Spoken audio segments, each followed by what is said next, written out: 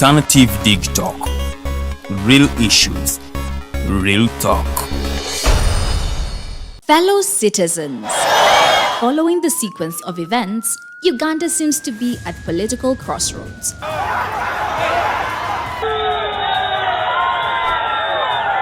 I'm not a servant of anybody.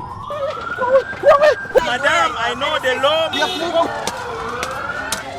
As such, Alternative Digital brings you the Interface Show with retired Colonel Dr. Kiza Besuje. Let's keep on the same page on Alternative Digitalk.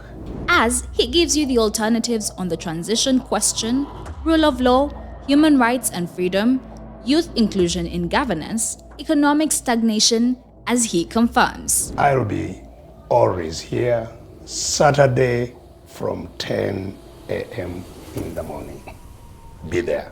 Don't miss the live discussion on the Alternative Uganda, Digitalk TV Facebook pages, and the Alternative Uganda YouTube channel. How are you beautiful Ugandans? It's your girl Digitalk. Welcome to the Fancy Flow. Who doesn't see my hair, guys? I am super glamorous. Remember, this is the only show where we're going to be talking about fashion. Please, where are you think? Teaching. What has been confusing you about fashion? Sorry, you said I should not smile. For all the information about fashion, maintenance of body shape. I can wear bling bling when I'm going out. So you can wear bling bling going out or any occasion. We shall be doing all this in the Fancy Flow. Remember, it airs every Thursday right from 8:30 to 9 with your girl Teddy Tanjo. It is the Fancy Flow.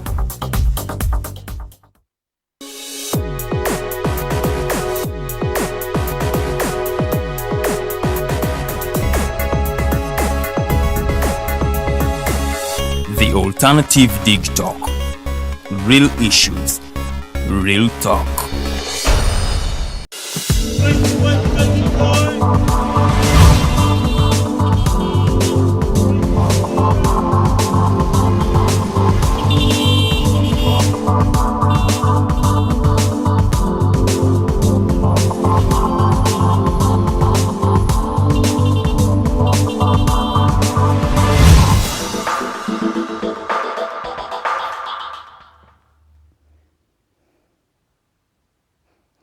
A very, very good morning, ladies and gentlemen. I welcome you to today's edition of the Mighty Drive. My name is Tulyahabwe, and today is the 18th day of the month of August in the year of the Lord 2022.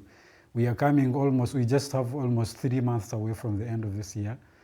And usually we like to ask the question around here, the year is coming to an end. Usually when the year is beginning, we like to set goals, say that when as this year begins, I want at least by the end of it to have achieved this and that. You write down the goals and the objectives, and every year really it's a good practice that you give it purpose and see that you move a step by the end of it. Now I'm here to ask you or remind you that there is coming to a close. So whatever you had set your plans to do, please do make sure that you come through with it, or at least a half of it. Of course, obviously everything doesn't always come as we predict, but it is also important that we keep up and make sure that we have something achieved. At the end of the day, we all want to grow. We don't just want to grow old and you just have nothing moving on. So I am here to remind you that the year is coming to an end, so you make sure that you are online and in line with your plans and objectives for the year. Now, this is a Mighty Drive you're watching, and it airs on the Digitalk TV platform on Facebook and the Alternative Uganda Facebook handle, and later streamed on YouTube, which is also the Alternative Uganda. We are here always every day, Monday to Friday from 7 to 9 p.m. AM, sorry.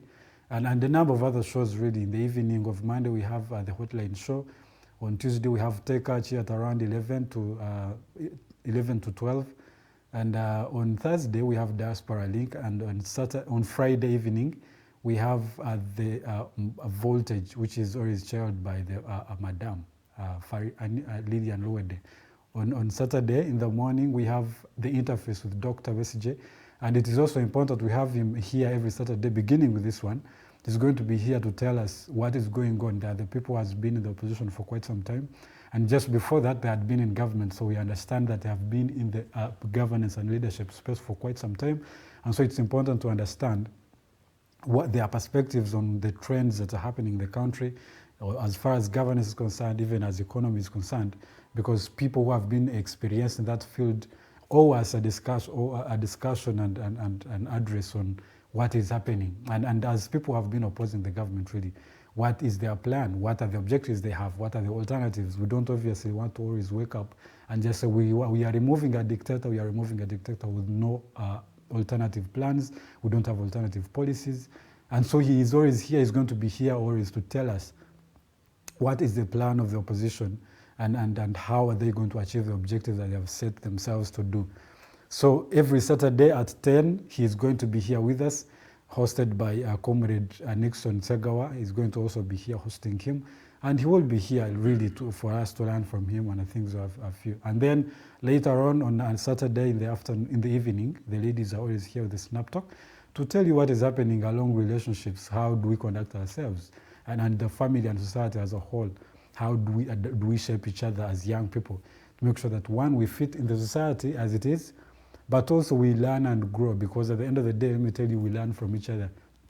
No man is an island. So those ladies are always here on Saturday evening to tell you what actually does happen in society, and maybe tell us what is it better that we need to do better. If you're in a relationship, abusive, how do you approach that? And do life really. Technically, they do life with you. I like to put it that way. Now this day, we are going to be hosting a gentleman who is a young person and a young activist at that, and we're going to be talking about the role of young people in democracy building. Often we have seen that in the world, the young people hold the majority of the population, but most often also in decision-making spaces that have not that much been inclusive. And so we want to understand, what is their role? Do we understand the role? Maybe when we get the starter, understand where to begin from, it will give us a perspective of how do we engage the people who have the capacity and the authority to include us in decision making. How do we engage them? How do we participate? Because it's also hard for one person to wake up and give you authority when you have not proved that you're actually competent to have it, or to at the least practice or engage at that front. So we want to understand today, and also looking at the fact that last week was International Youth Day. What is it that young people can do that to better the world? Because the theme, as it was about intergenerational solidarity. Now that means leaving no one behind. So we want to look at people, how ready are they to take charge of the participation equally as we all advocate for. And moving forward, we want an inclusive world. So how do we build that and make it a reality? But before we get to that, I want to give you just a few highlights of what has been happening where you have not been. And I want to begin with the parish development model. The MP for Igara West constituency, who is Gafa Mbwatekam, was telling people that the parish development model is a good idea. And it is so good on paper, which I totally agree with myself. In my opinion, I think it's a good idea. But he said, just like most of Ugandans have said, that he does not trust so much process of implementation. And so he cautioned people to make sure that they do not entirely rely on government programs to get them out of poverty. He said specifically that if the people of Igala West wait for government to get out of poverty, they will die poor. And I want to agree with Mbwatekamo, because at the end of the day, let me tell you, the approach usually is that even there's a saying that says, instead of giving the dog the bone, I think you teach it how to what is that? To hunt, something like that. And so it means that even as we wait for government programs for them to put us out of poverty, which is a good idea. I mean, it's the reason the government is there in the first place, to work for the people and to make sure that the well-beings and livelihoods of people are actually good. It is important that the people themselves have something in plan, that as you wait for the government to do something for you, you have something also planned out. You don't just sit back and lament for the government has not done this, the government has not done that. At the end of the day, government is me and you, and when you're not working, it means the government will also not get taxes, and if it doesn't get taxes, it obviously means there's not going to be enough service delivery. At the end of the day, you want the hospital that is funded, that has medicine. You want a school for your children to go, because we have come to a generation where it is literally hard to live and survive in a world if you have not gone to school. 3, you want roads. We are always here. People are dying every day. This year has particularly been one of a kind. We have seen people die of accidents here and there, time and again. It has happened almost across the country. And so at the end of the day, we are blaming it on bad roads sometimes. Obviously, it is sometimes a negligence of the drivers, but by and large, people have blamed the government for not working on the roads that has in turn led to the death of most of the Ugandans. Now, at the end of the day, if you want the government to work for you, it means it also needs money to make those services available for us. Now, the services to be available, the resources are going to come out of taxes, and taxes come out of me and you.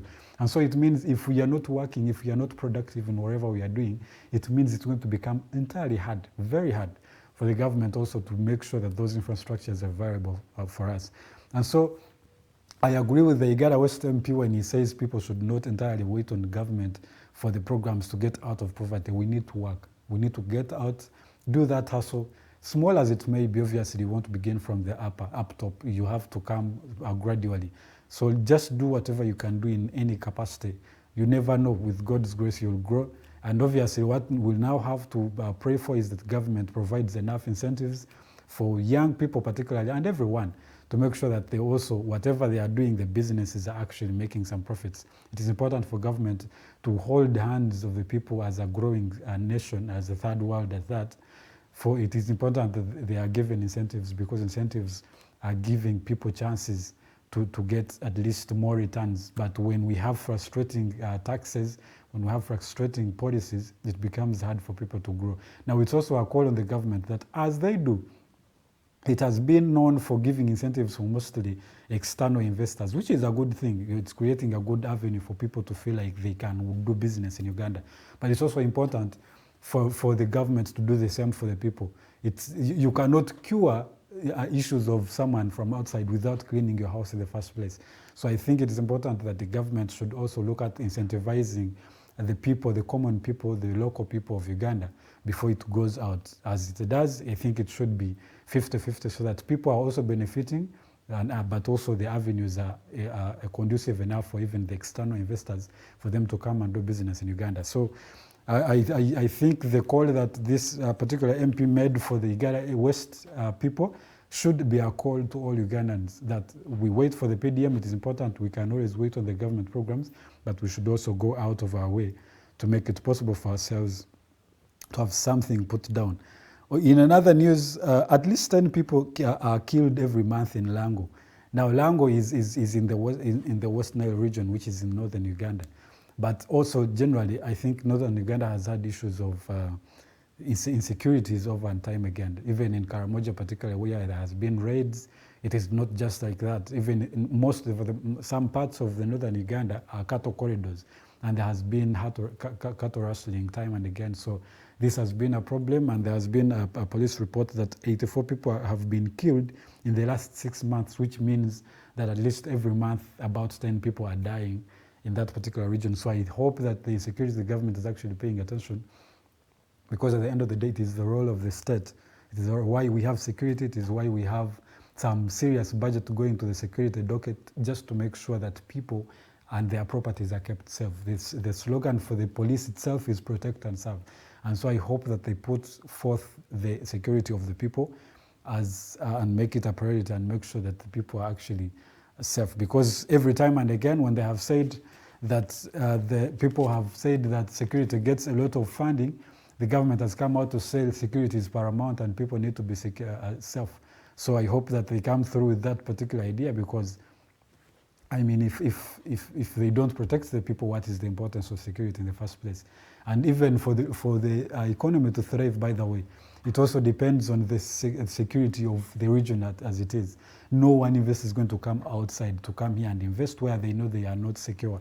And so at the end of the day, when someone has the news of this is happening, there's what is LRA in the north, or there's some kind of insecurity or instability, it becomes hard for someone. People start becoming skeptical who would have brought money and secured the economy. Of course, a lot of people, Ugandans, that would be benefiting.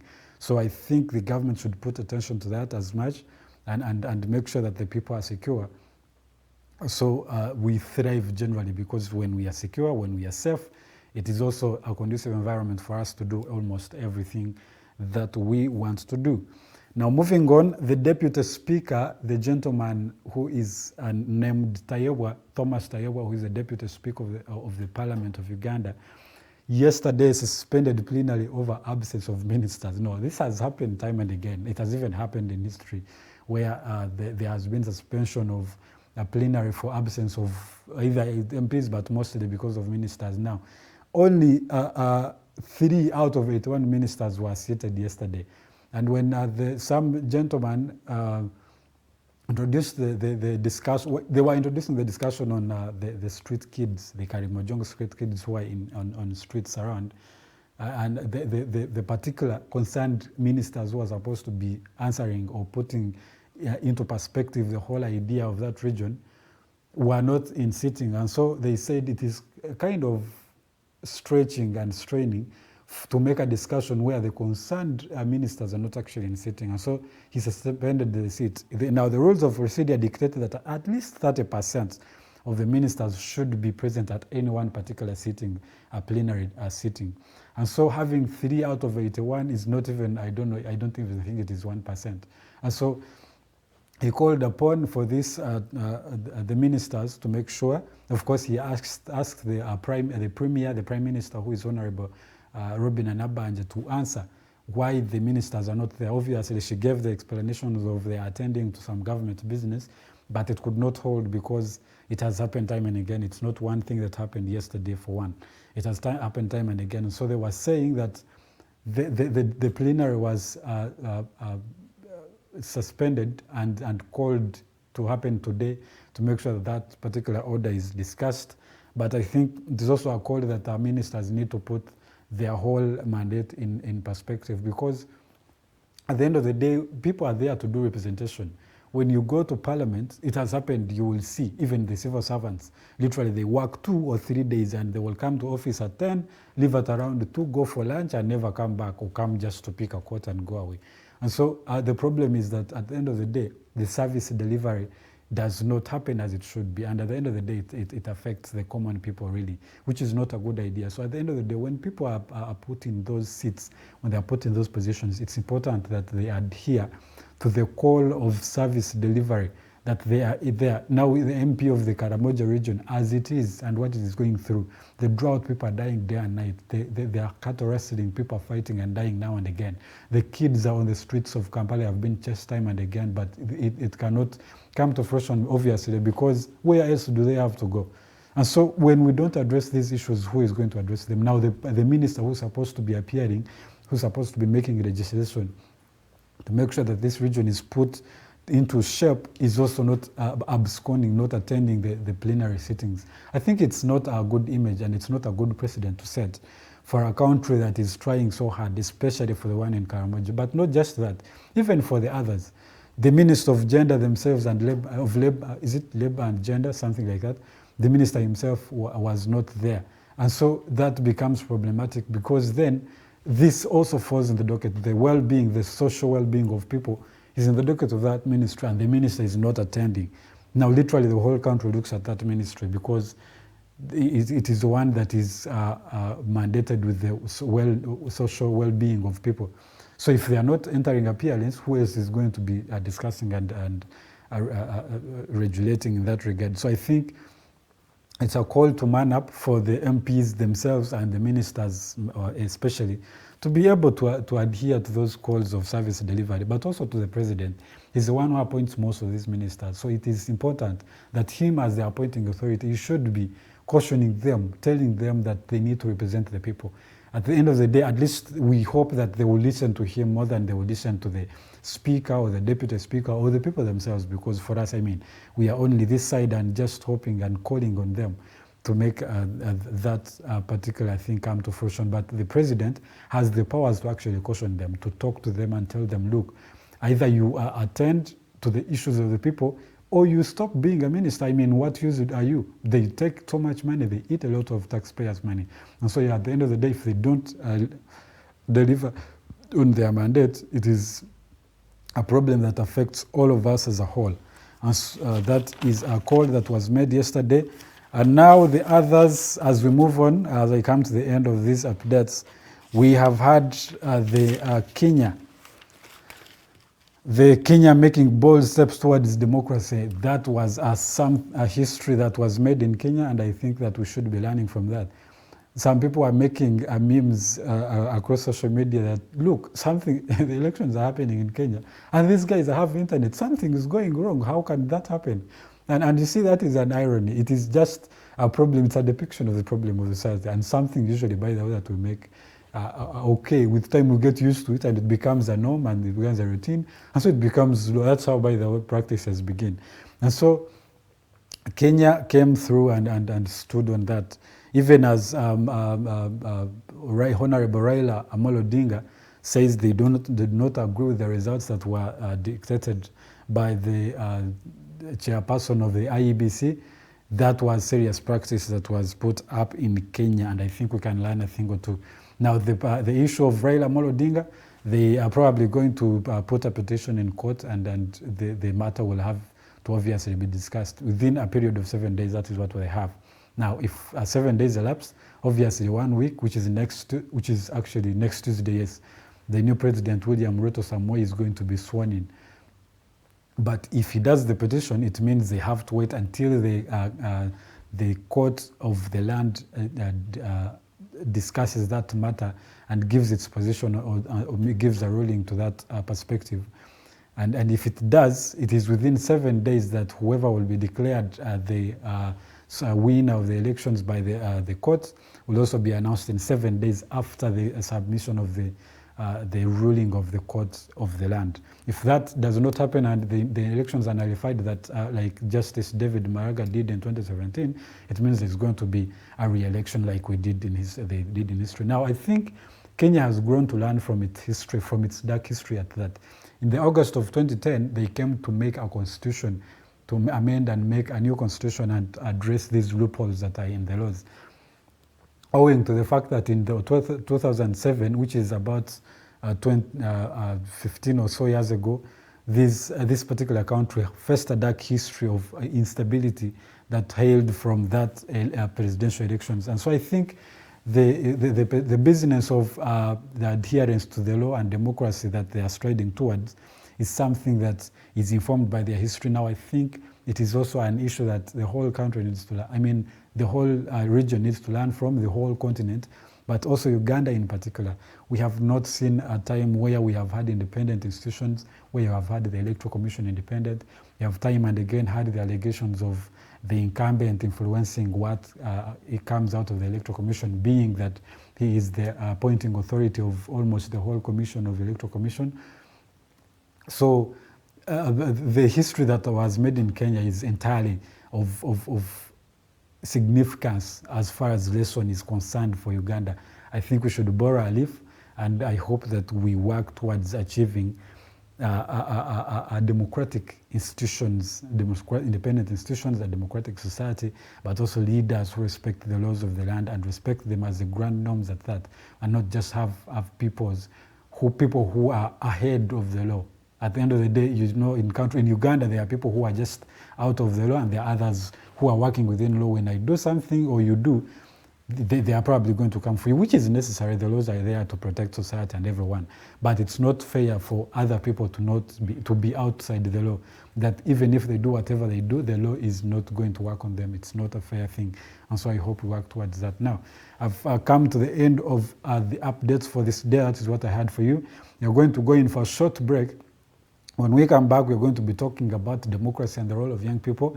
We are the majority constituent, especially Uganda in particular, and the continent of Africa. We are the continent that has most young people, but also the world across. If you look at statistics, about 50% of the whole population of the world is people who are below 30 at least, or 35 at most. And so we want to look at what are their contributions to democracy building. At the end of the day, we want democratic societies. We want societies that are all-inclusive. We want societies that are working for everyone. We don't want to leave anyone behind. And even the future of societies, a future of a nation entirely lies on the perspective of the young people as they are. And so we want to look at that. What are the young people supposed to be doing? What are their roles? Do we know our roles? Are we ready anyway to participate as we want? And so we're going to be looking at that, and with a gentleman who is a youth activist from the Activista Network Uganda coordinator, which is under the Action Aid.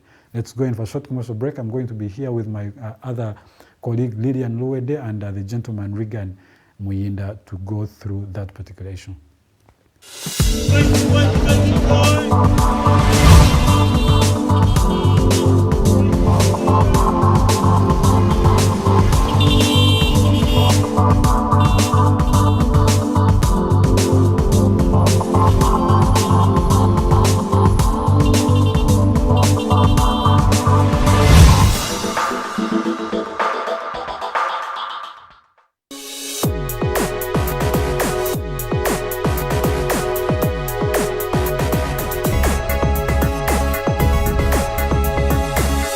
The Alternative Digitalk. Real issues, real talk.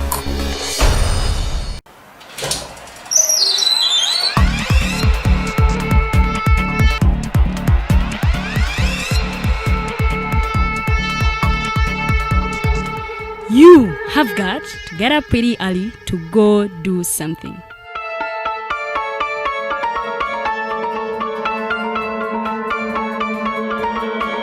We are the Alternative Digitalk.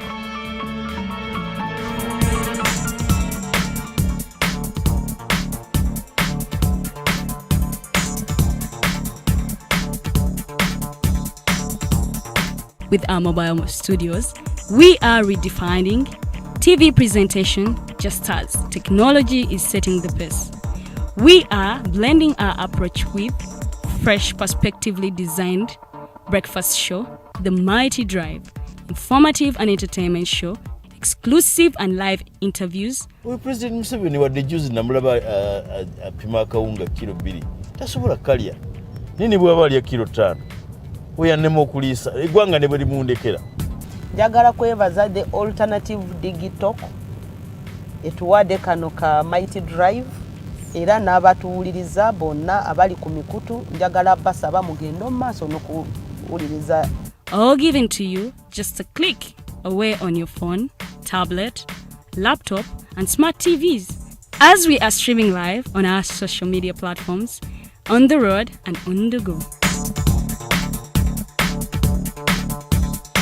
We are the Alternative Digitalk. Fellow citizens, following the sequence of events, Uganda seems to be at political crossroads.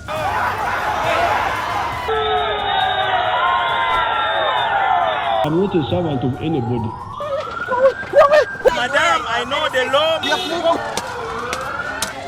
As such, Alternative Digital brings you the Interface Show with retired Colonel Dr. Kiza Besuje. Let's keep on the same page on Alternative Digitalk, as he gives you the alternatives on the transition question, rule of law, human rights and freedom, youth inclusion in governance, economic stagnation, as he confirms. I'll be always here Saturday from 10 a.m.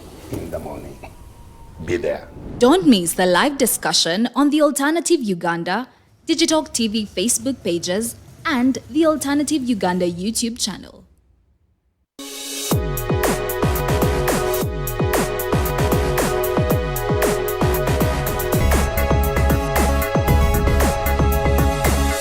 The Alternative Digitalk. Real issues, real talk.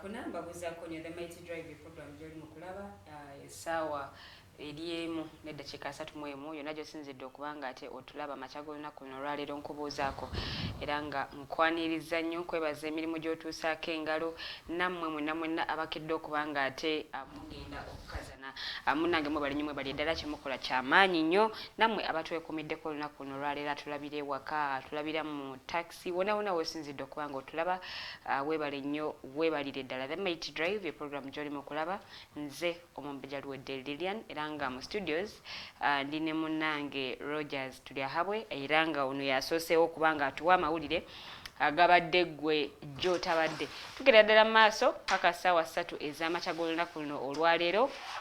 Munnange tusaanidde kubeera nga osuubwa bye tugenda okuba nga twogerako olunaku luno olwaleero. Bingi nnyo ebibadde mu mawulire, tugenda kuba nga ate tubikubaganyaako ebirowoozo. Nkwaniriza gwe alina ekibuuzo kyonna kyoteesa kyowabula, njagala okusooka okutegeeza nti tuli butereevu ku The Alternative Uganda Facebook page.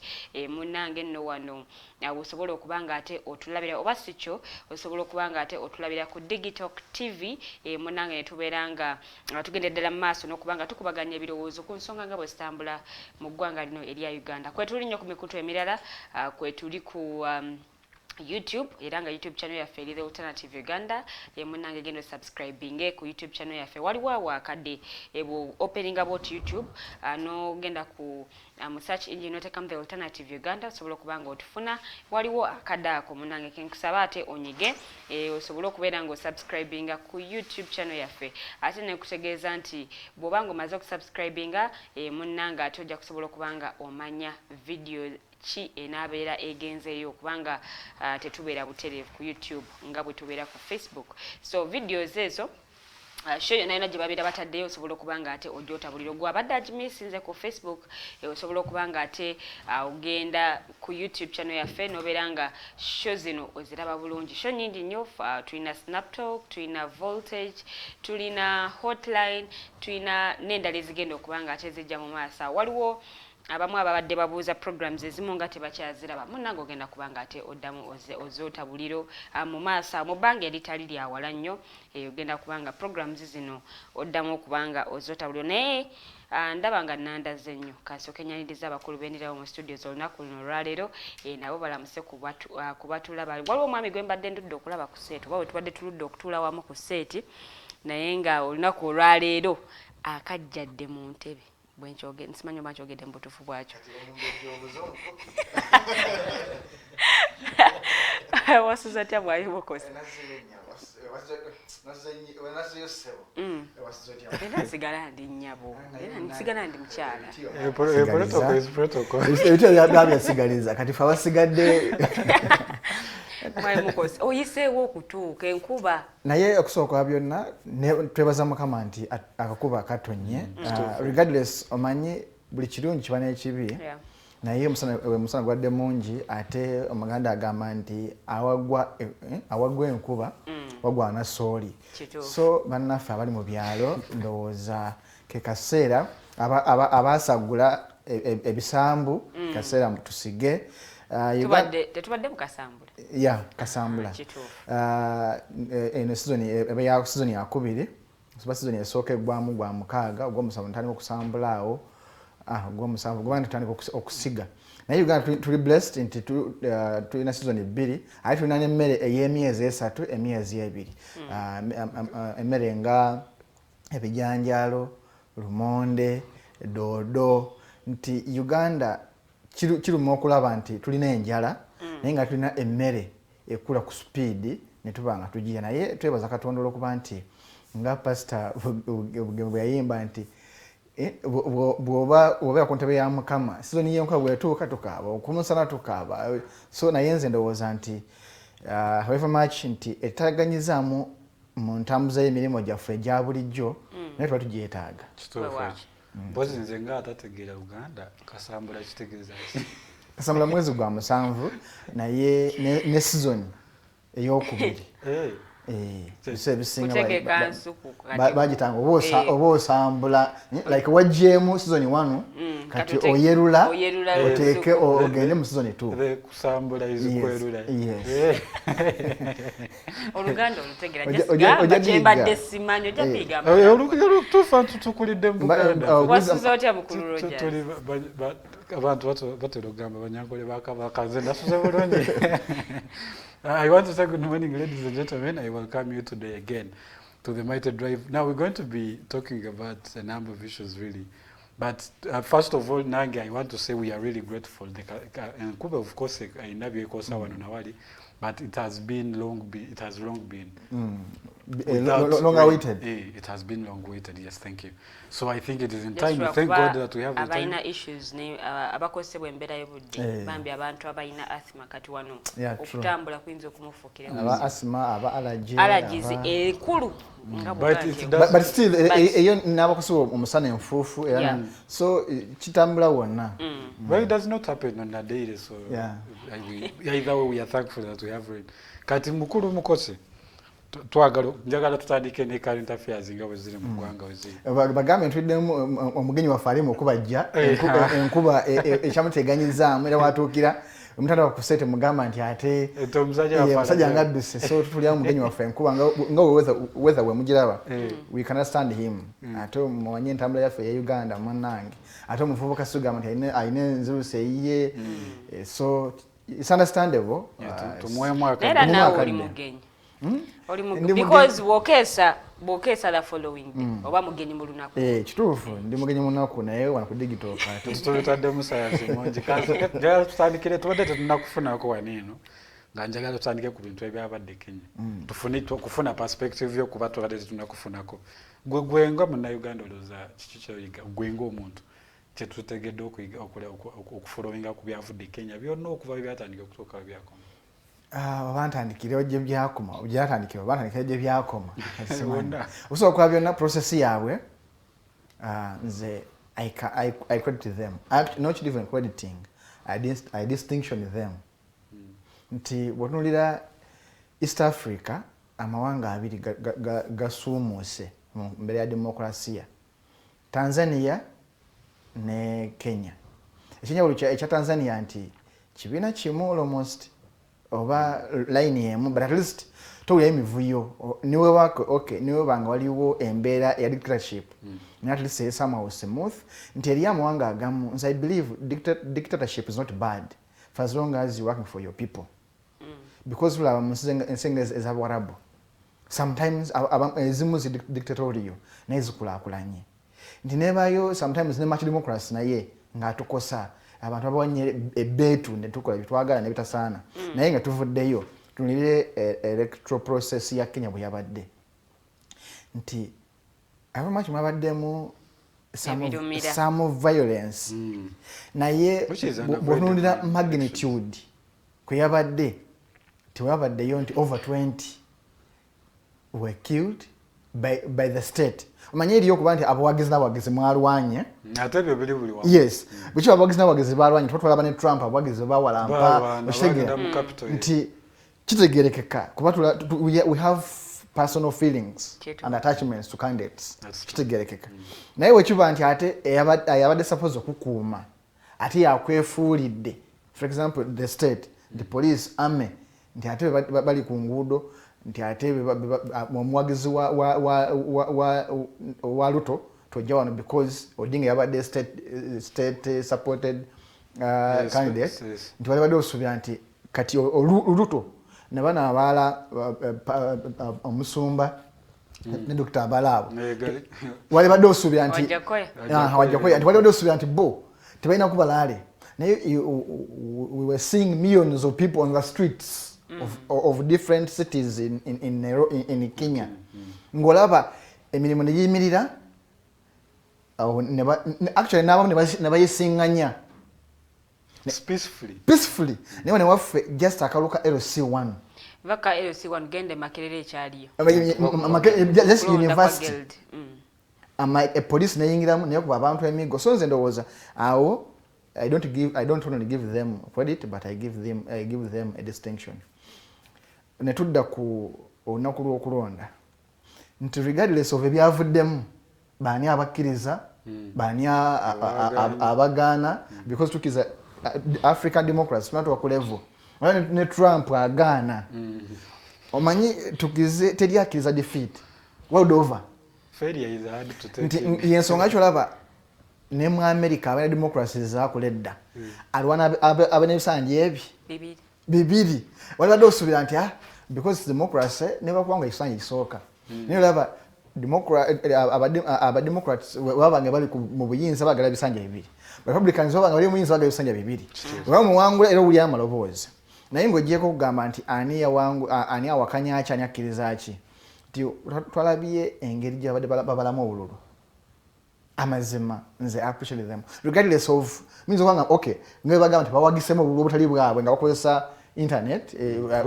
hackers okay amalabuzi agagamba nti okay bayingidde obululu nga bakozesa kuhackinga okay fine technicalities nze omuntu wa bulijjo sigimanyi era sigitegeera naye gugoberera ki naye nze bwenka kumakya nendaba nti TV bazikiriza wekwataliza kuzoyagala gamba nti nakuru bwetubala lutaalidinga oli agambe Eldoret Odinga alidinga ate nga abantu babadde protest mukubala teteri awakanya gwe buyagala bwokutte bwotulaga nina kinana Digitalk tiimu yo yakutuleta buno mukutu gundi tiimu yagwe retde buli nga teri agamba nti mubawadde bufu era n'akakiiko akalondola ebyebwezo ku mpewo nakagamba nti bonna batuufu ebyo batuwa bye bituufu naye kisinziira muntu akuttewa funa Uganda nebyabaka matukana okubuuza nti obuli buvuddewa like ne mwenye tamanyi gye kola ki gye buva nga ye akyebuuza n'abuuza nti naye paasa gye ntuufu ngasa kitegedde okitegeera ne mwenye akabala alina okalangirira tege kasajja buvudde kati gosubira nze amulaba nga kase gye buvudde nti butuufu oba okitegeera nti basukulumyeko era nze mbawa credit era nsuubira nti ba observers abagenze Nairobi ne ba good benchmarkers ndowooza Kenya yakoze the rightful oba proper litmus East African adequate and appropriate litmus paper for democracy and electoral process nti bw'otunuulira amazima byonna bye tulimu olwaleero kati twegomba Kenya amazima in election tusobanga ebyo tubasinga sijja kugenda but we are looking at the organizational process of an election peaceful olaba ne president semateeka waabwe ali clear nti yalonda ne transitional government nti nze Uganda transition yagirwako nti nze olwaleero I'm seasoned to be the president akakiiko agenda okukulembera eggwanga keekano amuozo subordinate disikakiiko ebinaba bivuddemu byonna byonna mubikwasa bano nze ekisanye kyange kikoma wano ffe wano omukulembeze w'eggwanga abeera kubalotinga ye president w'eggwanga kuba ssemateeka amukkiriza n'akwata emmotoka za gavumenti n'akwata esente za state house like nabanga alina ezizengo alina ez'ekibiina zirya okay just in case nga bazirina anyway alina funding y'ekibiina n'aba ne funding ya state n'aba ne funding ya government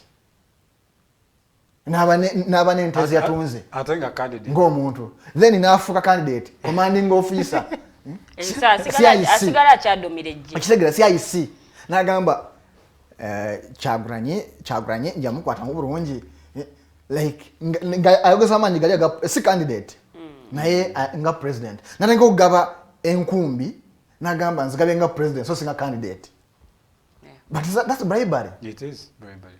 naye n'agamba nti I give them because I'm the president, yes. Not as a candidate. Then when a Uganda nti tulina ne budget funding budget external joino okomako tujja kufuna buwumbi 10 kuva buli wa ggwanga nti bwakalulu tebukkirizibwa that's now mujita fraud money laundering now nti baina limit naye ate ye mukulembeze w'eggwanga waddemu okozesa yagala ate nga tewatabawo accountability tewaliwo omuntu amu accounting classified bakugamba classified budget that's a problem we have now. Classified ordinarily political parties are public institutions. Yes. And people should know the leaders should be accountable to the people. For example, we have this much funding, we get this and this in this year, and this is how we use it. By law, gazetting accountability returns ziba zifiringiddwa ebina bino nenjagala ombulire lunaku omwaka kigole owulidde nti 2020 twagazetinga returns buli kibiina. Actually, the only political parties that I understand have ever filed in the recent years is FDC and DP. FDC and DP. Well, if I'm not mistaken, muja kuntereza abakugu abasinga kawo. But NRM is not on record filing the returns. Kati wewe bulizanti ye democracy mwatambulira ntamwanga amala gatusomoseeko. Actually nabadde ndaba maloboza gamu nga bagamba nti obugambi okubanga bwakwatibwa obumu nga buli predict bwa Ruto bwabadde ku motoka nga zike na predict za government za state house. Actually thought bino byakusaaga just bintu byakusaagira ngabo omanyi bannayuganda batera okusaaga mu bintu. Bajja na plate okuzisa mwako bati nga kuliko C UG C Uganda. Meaning ya state house. Mutoka ya Uganda abadde Kenya eliko bulu buli predicting agawaga we are here for us to have a president already. Kati ndi church tegeeza nti katusabe Kenya eliko kuita kuda mu kyetulimu kitulwana okuvaamu ate ekiyingire. Neza ola mwami Mukose kintu kyenayagadde kwe kuba nti omukulembeze bwavaako ejjalirekawo ye n'agenda bibye naye wano omukulembeze bw'anaaba avudde what will happen nti tulina obuzibu nti Uganda we promote names and offices but not power. Nti olwaleero ojja kuya independent electoral commission kacyaliko akagama independent anti reforms koti ziyasaba bo kye basinga okukwatamu ekyangungu kyakwongera linnya independent. Ebisigadde tebiri nti owulya Uganda People's Defence Forces nti byali badde ejje ly'abantu lya ggwanga which they do keep defend people, let's say, except that they are used for extra other things that are personal. But bwekera kumacha no dumya no gamba lomboyo nga yabada kwesimbiye ko jesi y'abantu naye abe Kenya bakulaze nti bw'oli president we give you security and protection that you deserve as the number one citizen of the country. Yes. But once you seizes, what does the law say? The law says A, B, C, D, oyina kufuna abakumi bwebati, oyina kufuna kino, kitukuwa. Wane waffe omukulembeze w'eggwanga batabya mu nkwawa. Niwabanga amaze kunominate, tikimugana kola reshuffle. At times, which is common of most dictatorial states, is that most of them have built their army from the ground, and so they feel they own them.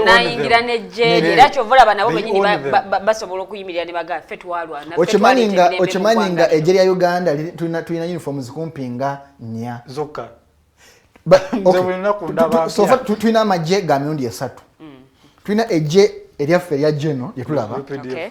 Atu gigamirundi ena. Tulina getulaba ffe UPDF na tupatanga UPDF SFC simanyi bichi bana tupatanga ba UPDF then tupana neje erikuma president PGB ne tupana neje eriya libagama mbu lya mutabani wa mukuru lyonga lya muhozi ne uniform yayo yanja uloko ne babone neje ngali ya mama kataha mbu gasi nalyetegereza ojo kulaba uniforms ngazanja ulo ina uniform yayo era abakugu bobusanga gamba oyo ayacha kifasi saba mbala black abe bakola batya ayacha kifasi lady na ba blacks we wa counter terrorism a police docket ndo za counter terrorism nti abamanyi abo mudaba gamba baina max ko balabira nti oyo ayacha to mhozi oyo ayacha to first lady oyo ayacha to mzee oyo ali oyo marine like web department zenja wudu so meaning nti wankulina baroyo abaroyo ku individual attachments isali mawanga mala njolawa olwale Uganda tulaba nti mchalupo ye mumyoka God forbid or if nature determines bagamba president Museveni kana muyise nkulayira tulaba nti semateeka awa alupo emyezi mukaaga nga ye mukulembeze w'eggwanga before tugende mu kalulu akatuwa president wano neegwi tewera nga alupo first vice president nga ye president naye bintu ebijja bibeerawo mu mawanga ag'enjawulo. Now kati tulina literally two countries that are like democratic powers in Africa. Ghana kati ne Kenya eri kujja. Ghana has built itself. It took the self on omwami yali Jerry Rawlings, I think in 1992. Now organizing a democratic elections. Now Ghana is literally ahead of Africa as a whole. Yes. And Kenya is making strides. For abantu ababeeranga, we are literally neighbors. It is Kenya, Uganda, we are just next to them. What is the problem? Why can't we just learn from those things? Anti kati kyengamba nti bona history wa Kenya ne Uganda very much tuli mu region yemu naye bo tabanafuna ku it's not a mentality turnover. When you work for the mentality, we've never had a successful election. To government, okay, gundi one sinze, tugenze mukoti, ekasazi zangu, oba Iran. Wano singo on pangula, nemba satisfied, mustuni, munsiko. It's tough. Oboli awante obwenkanya gibasuubira okubufuna because bw'otunulira mu ggwanga lya Kenya gwe bawangudde Honorable Raila Odinga ye yasazeewo genda mu mateeka. Wano mu Uganda abantu bagamba ne mu mateeka tajja kufunayo bwenkanya. Anzikira mu 2021 elections omukulu Kyagulanyi yagenda mu kooti. Bw'agira n'amala n'avaayo ebimu ku byamu yali ayagala kulabisa judiciary. Naye nga yagirabisa. Seriously, ngojeko waliwo applications zibadde osubya nti bazijjawo mangu awo bazitulira ne bazigoba ne bazosyanka kyekitegeeza nti already bapolaza signs nti kuba kati njagala ombuulire omuyeekera mu 7 wa 8 mukaaga ekyamutwala mu nsiko kiki bali babye kake naye yatugamba bamuba Kalulu bali babye kake omanyi eriyo twawule individual mululu ne national interests because bakugamba nti President Museveni yafuuka omuyika mu jansanvu ku mulembe gwa Amini Amini yawangulanga leero enkya Museveni alangirira nti nze sifugibwa Amini kitegeeza nti ye nekyogenda kana akalulu kyali kyekwaso let me participate justifying cause yange because byaligenze mu nsiko nga teyasimbyewo baligaye but wachi ogenze mu nsiko tewesimbyewo nagamba kana esimbewo mfune nchimanyi sigena kuwangula ngenda bisa system mfune afune justification eraga nti ekintu te mu nsiko ABCD naye nga nakyo sense oli yali yatandika dda uyo Zambia uyo Mozambique uyo wa nga atraininze ne pisto gyasoko okufuna yali ya president wa Mustachi yani introducing Mustachi Castro Fidel was good episode yasoka kuba bwosoma akatabo ka Norman Tumimbise the Kumanyiko Politics and so on the master said olaba nti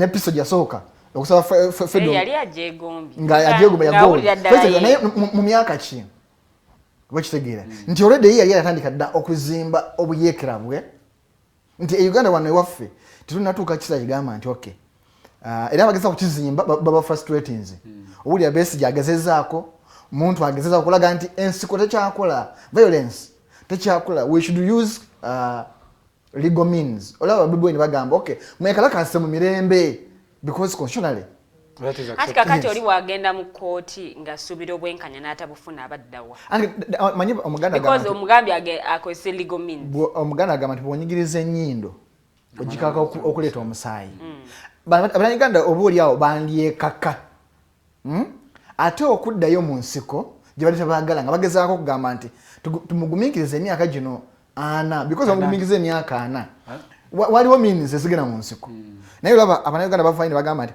bw'abakoni nga yalwanyisa gavumenti tumwegaane twegata ku gavumenti twagala ki n'owulira abayeekera nti simanyi Lakwena nti Lakwena abasoga bamutematema amajiga Lakwena ne gakoma emagamaga abantu babulijjo ne kwata jambiya ne bagamba ffe tetwagala lutalo nti otunira level y'abantu okuba nti tebakuya olutalo omuntu wabyo wakwata ejjambi atema omuntu alina emmundu alina amafumo kiba kitaga nti yes tali willing kugenda kuddayo mu nsiko nti Bannayuganda badde balaze line nti amazima tukekasa naffe tukule tube democratic tubeereko kye tuyiga naffe bwe tugende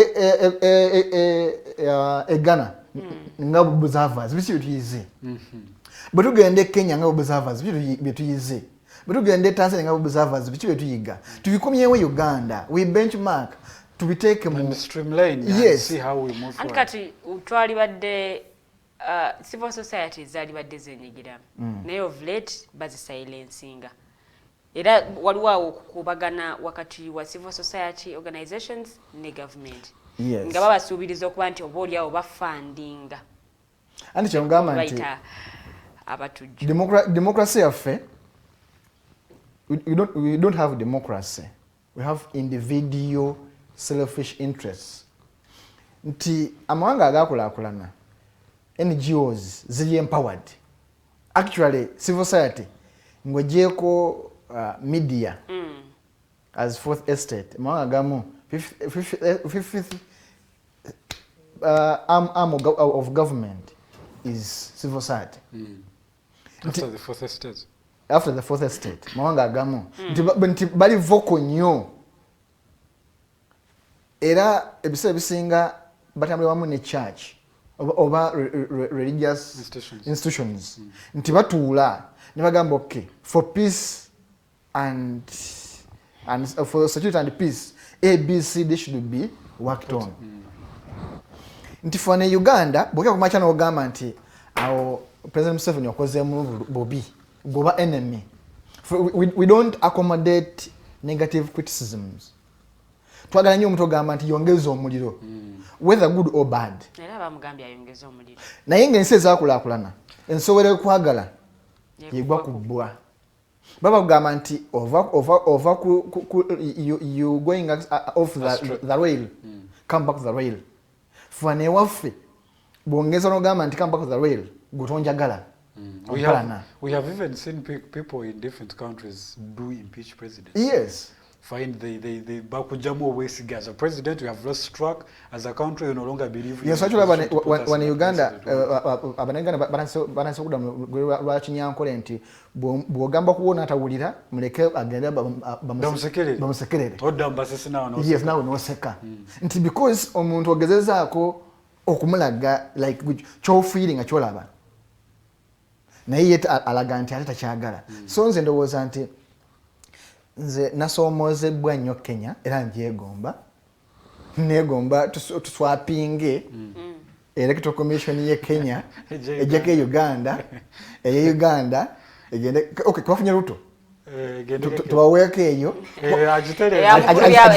abakama agitereze bwe beteredde fe batuwe ya mwami Chebukati batuwe ya Chebukati. Okay.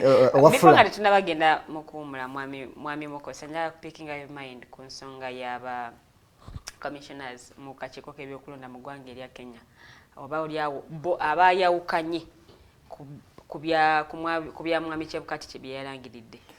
So kwa byonna waliwo simanyi era ko teyinza okufuna obuzibu. Omusango gwinza okuba a little bit tricky nti bw'otunulira nga bonna abana bwe bastormings out ne bawakanya bebamu ku bana bebagato kakiiko ako President Uhuru nga bafulumye bwe bajja. Okay. Kyakitegeeza nze omuntu wa bulijjo nzikuloza nti bali babasetinze nga balina ekibalo kyabwe kigendererwa kyabwe. But that is hard to prove. No, kinza okulaga. Ekyokulala semateeka agamba ki nga temunalangirira majority yafulumye newakanya bali musanvu abaana bafulumye abasigaddeyo basatu ate kati akola mwe batewera bayiro naye ate bwotula statement Laila gye yakoze nabana ba commissioner gye bakola ku hotel ku Serena Kenya olaba nti eyajiboneka yali omuntu omu bobujiwuliriza bulungi bwoti oba ng'ogirabye nga obafollowing ebigambo bye bimu omuwandiisi wa press statement ey'Odinga ng'awakanya yavudde mu kulonda ne press statement ne ba commissioners yemu kiraga ki nti oba oli awo waliwo conspiracy katukawadde engineered ensonga endala nze ndowooza egamba nti oba oli awo Uhuru ono ayinza okubanga abadde awagira Ruto naye n'atagala kulaga Odinga manyi politics muzibu teweesiga nnyo teweemalaayo nnyo kwesiga lilian nti yewange waliwo abantu abamu abagambye nti omukulu Odinga ebbanga lye yanoonyerezaamu akalulu lyabadde ttono nnyo okusinziira ku kisoboka because oli yatandika 2017 okunoonya akalulu akamuleeta ku bukulembeze bw'eggwanga ate ono ye bagamba amaze emyezi naye jjukira abadde abaakingibwa state emaze emyaka 10 okitegeera nti abadde gavumenti batasobola kweyimirizaawo candidate wabwayo okuwangula after myaka 10 manyi obadde naawe performance yo nfu because Odinga gwe babadde wagira si mupya nti bapikinze Arnold ku street abatamanyira byabufuzi byawe esimbewo abadde akisema milioni yena bwe bakutaano naye nga yesimbawo amuntu amaze emyaka for example tugambe Besigye weesimbyewo okay Bobi Wine weesimbyewo wabadde ojjo weesimbawo President Museveni akugamba tinze gwe mpagira naye ne bakuwangula kyo kitegeeza nti obukulembeze bwa President Museveni abantu babadde babukowadda babadde babukowadda obata basobola kulonda endorsement babadde basobola kuwagira Bobi Wine abadde mu positioning nga ye number 1 leading opposition nga ate atimiza up ne government ate omuntu omulala Jessica Alupo najja abakuba okay ne bagamba n'okuba nabba akalulu naso okunya mu system naji infiltratinga naji hackinga nekyo tegeza muli banafu nnyo Alupo w'amaanyi okusinga mu combined oboolya already abadde mu kintu wakati amaanyi kigeza kugamba nti ye abadde mugezi okusinga government enamba abadde mukozi okusinga government enamba ate teweesiganga mwana wa ku street bw'aba yakabbi abatebeera mukozi teweesiganga mwana wa ku street anti wakoreti ye alowoleza wa ku speed n'abasoka mu maaso ogambe teweesiganga mwana wa ku street omwana wa ku street amugezi ano disebo oli kugamba nti tebatwesiga literally no tukize tugane Road oli wa ku street siri wa ku street but amahasire mbale banyogera ganti oli wa ku street eriyo hasola ne street boy ono ayawukana ne street hasola fulani oli bahasolas ng'ogyeko kati for example muhozi okitegeera naye majority of Ugandans are hustlers yes neera naye era hustling okusigaza alina okubeera mu magye kati singa abadde singa oba oli awo naye adde hustling yali badde waka nga yeetulidde buli kimu kati olaba eriyo okuba naturally omuntu olina okubanga toli idle and disorderly nti eriyo okubanga okola lwakuba nti kankole like it's a norm because njagala ombuulire muhozi yajjanga wa LDU ba LDU ameka bali kuranka ye kyogamba yaka yali yasoma okunyinga LDU nti eriyo ebintu ebimu nga bambi naturally bijja buzigo wabisangawo for example lwaleero Semakookiro abona ngo wajja kubona ngo bobonyebonye no kusoma akusoma yeah, you're right ejo buli muntu ayina okola ki I know kusoma yes it's a right naye level of hustling yawukana nti nze nasombanga amazzi okusobola okufuna ebitabo ne wabawo olinga bakiranga ne mamutwala buli kimu nga nebayo olinga ye muluggunya nkoye enkoko nkoye okuli enkoko noze nkoye okuwandika mu black book njagako nange kataba akato okitegeera naye nga twasoma nzo mu P1 akatabo twasanga actually nataka kukatagala mu P2 P1 nawandika wansi mu class mu muyembe sio mu classroom ne wansi mu muyembe obaako n'ekitabo kyo wekibeera buli muntu ngamanyi wotuula wowandiika omusomesa ku marking awo ne musangulawo subject endala nejja ne muga mu subject endala P2 nateka okumpa akatabo akasale kamu nti ze hase yange tuligage na mwana ali mu ssomero international school ng'ebitabo tava nabyo ku ssomero abisanga ku ssomero tava nabyo waka tabyetika nokubyetika tabyetika homework ali ku padi homework ali ku padi nti ne mu holiday asigala asoma songa gobeera wakakola mirimu okitegera tugeraageranya oyo no nti bodaboda okebali mu kusoma naye kati olwaleero omwana w'embaale ebitabo byagenze ne floods agenda kukola ebibuuzo bye bimu nowa Kampala international school Kampala parents kitegera bagenda kukola ebibuuzo bye bimu bamakinge nga pass mark yemu kitegera tewali mu favorism kati oyo kusanga omwana ng'afunye first grade ng'afunye 10 nzo yo if I'm employing oba ibwembanga n'essomero nga nyingiza by merit ate yafunye 10 ng'asomedde mayuge waffe gwentwala okusinga ono ne baba yafunye 15 ne baba yafunye 15 okusinga ono yafunye 4 because balayi bangi nga yajjana 4 mu senior 1 nga wajjana 13 n'amaliza nga akasengejja buli muntu kamutadde mu layini ye so nze bangi balabye nga yajja ali superb nga buli muntu agamba ono baaba naye mugenda kulaba akasengejjeza buli muntu aze ku level ye. Mukulu Mukose tuddeko katono nnyera ku nsonga ez'e Kenya bwe tutunulira ssemateeka waabwe asiddwamu nnyo ekitiibwa era agobereddwa nnyo nti ebirimu oba oliawo bye bagoberera kiki ekividdeko ssemateeka wa Uganda okuluzinga ekitiibwa ekyo? Okusobola kwa byonna nti ssemateeka waabwe ng'ojja okuba nti baamuddamu naye okuva lwe baaforcinga Moi okuva ku bukulembeze kuba dictator naye olunaku lwe baamukiriza nti waffe Uganda tulina obuzibu mu nti bukira ku makya n'ogamba nti opposition tuula ne government mwogere baamuguze nti wana Uganda teri lunaku lwe tulikira ku makya n'ogamba nti Mao atudde ne Museveni kuga ku nsonga za ggwanga bafuna naye oyo mugule era nakati bwe bagamba nti honorable Nobatima singa walero babwe ni yevaamu nagamba ku lw'obulungi bw'eggwanga mbadde nsapuleze Museveni tutule twogere bavudde mu struggle Abanyarwanda bamanyi baloza struggle kuwakanya kituufu ate nga struggle yali badde yakuwabula struggle actually mawanga agamu teba opposition naye nga mbutuufu bwakyo do we really understand the opposition as we are because we seem to just have you see for the most part at least for the time that we have lived we have had the opposition and since time immemorial there has always been opposition but most of the times the disagreement the opposition has always been based on a principle this and that should have been this way and we think this is the better alternative. Now in countries such as ours, people will wake up and say we are removing dictator. Tugenda kuzoganya and that has been the manifesto ye.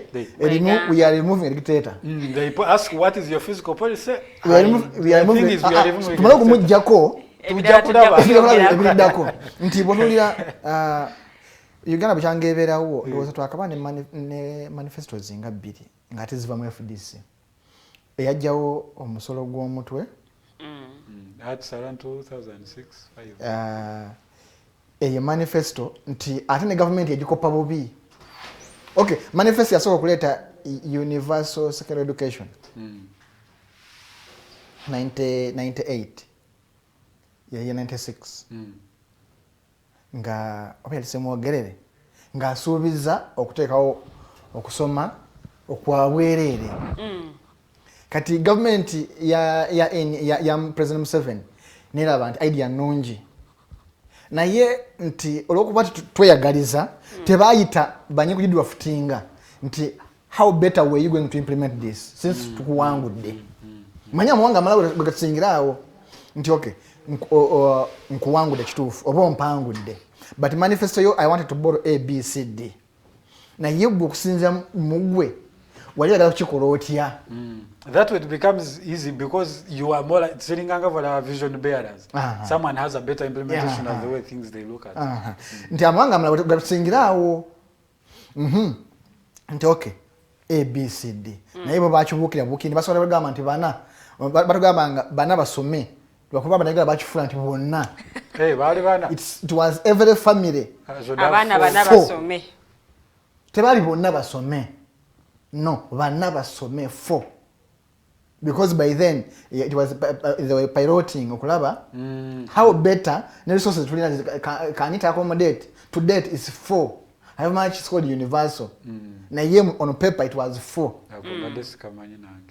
bonna bana basome then first we translated kanijukiranga buli family eri abasajja for example ebusoga ina abakyala aba bana buli mukyala ina abaana aba kitegeza kibwezeza na muwendo ino family ino babiri kibegeze bane bagende ndiwekanga musajja yaina buli mukazi yaina abana bana so bonna ndibekanga bakoseeki bagenzi netugenda ku musolo gw'omutwe bese nasubiza n'agamba nti nze bwe president musolo gw'omutwe because twaliteeka mu nyingi ogukuŋŋaanya nga tujjamu mutono ekituufu ate nga abantu bagenda okuvaamu ng'abantu bafunye obukosefu babase bamenye okugulu jukira abantu bagudde mutoyi badduka bagwa mu binnya bishegera baze batambulanga di Sunday yoka wafu tatambula ku Sunday nga wafu talabanga abakulu nga program bazikwa ku Sunday ab'emisolo tabajja weekend ana katugendeko katono okumulana tugenda tandikirawo. Ladies and gentlemen, thank you so much for watching the Digitalk and the Mighty Drive at that. We thank you for keeping it the Digitalk. Now we're going to go into a short commercial break. When we come back, that is some serious history right there. But the issue is, we have had issues learning from those histories. Do we really need to move as a society? And do we learn from that? Because usually history informs our future and how we approach these things. So we're going to be looking into that, but I want us to also tackle a little bit of the topic of the day about the young people and their role in democracy building. So don't go off. We are going to come back in a very short while. Let's just go for a short commercial break. We'll be right back.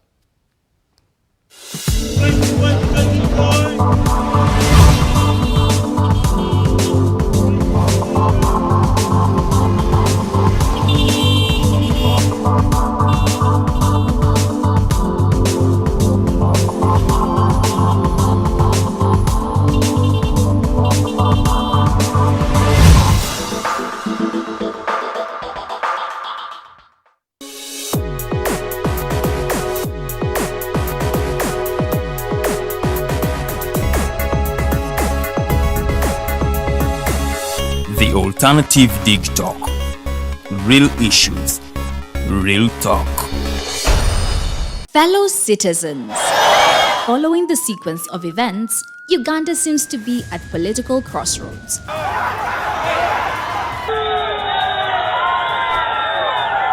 I'm not a servant of anybody. Madam, I know the law.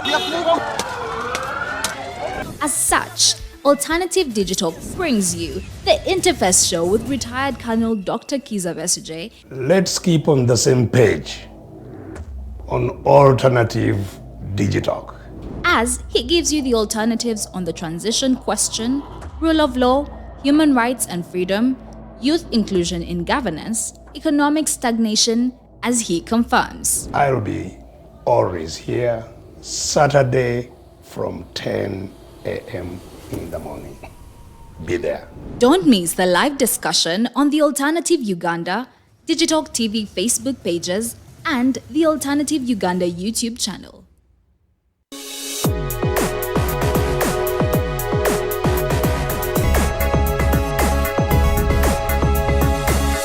The Alternative Digitalk. Real issues, real talk.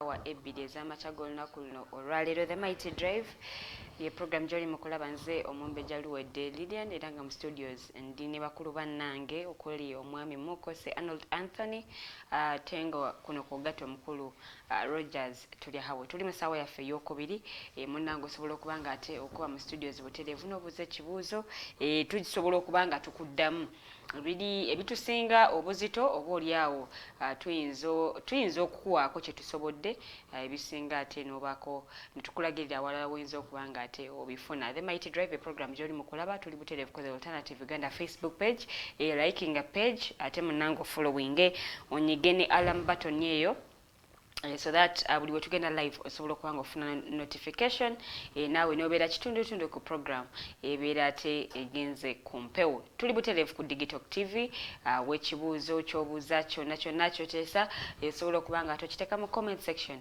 tujja kuba nga ate tukisoma nga program yaffe tennaba kubanga ewunzikibwa. Tukyagenda mu maaso ayagala okutukubirako ennamba zaffe ez'essimu kweziri butereevu. MTN eri 0789 017145 songa ate Airtel eri 0759 1323 0789 017145 songa ate Airtel eri 0759 132310 zenamba kosobola okubanga ate otufunira ayina ekibuuzo kyonna kyonna kyobuuza.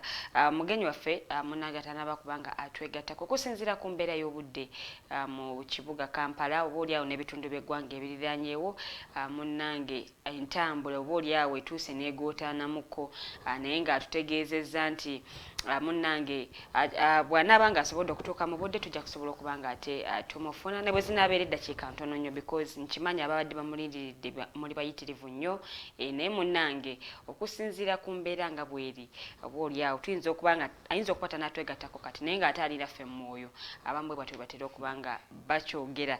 Munnange tukyagenda ddala mu maaso tuli mu ssaawa yaffe ey'okubiri njagala nsooka enzireko ewa mwami Mukose obadde tonaddamu kibuuzo kyange ekyalwaki ssemateeka wa Uganda agenda oba oliawo aggwamu abamu bakiyita ku losing value but amaanyi gali ge yali ayina nga yakakolebwa mu 1995 oba oliawo sige emaanyi ate gakyayina wenjugirira mu mwaka gwa 2022.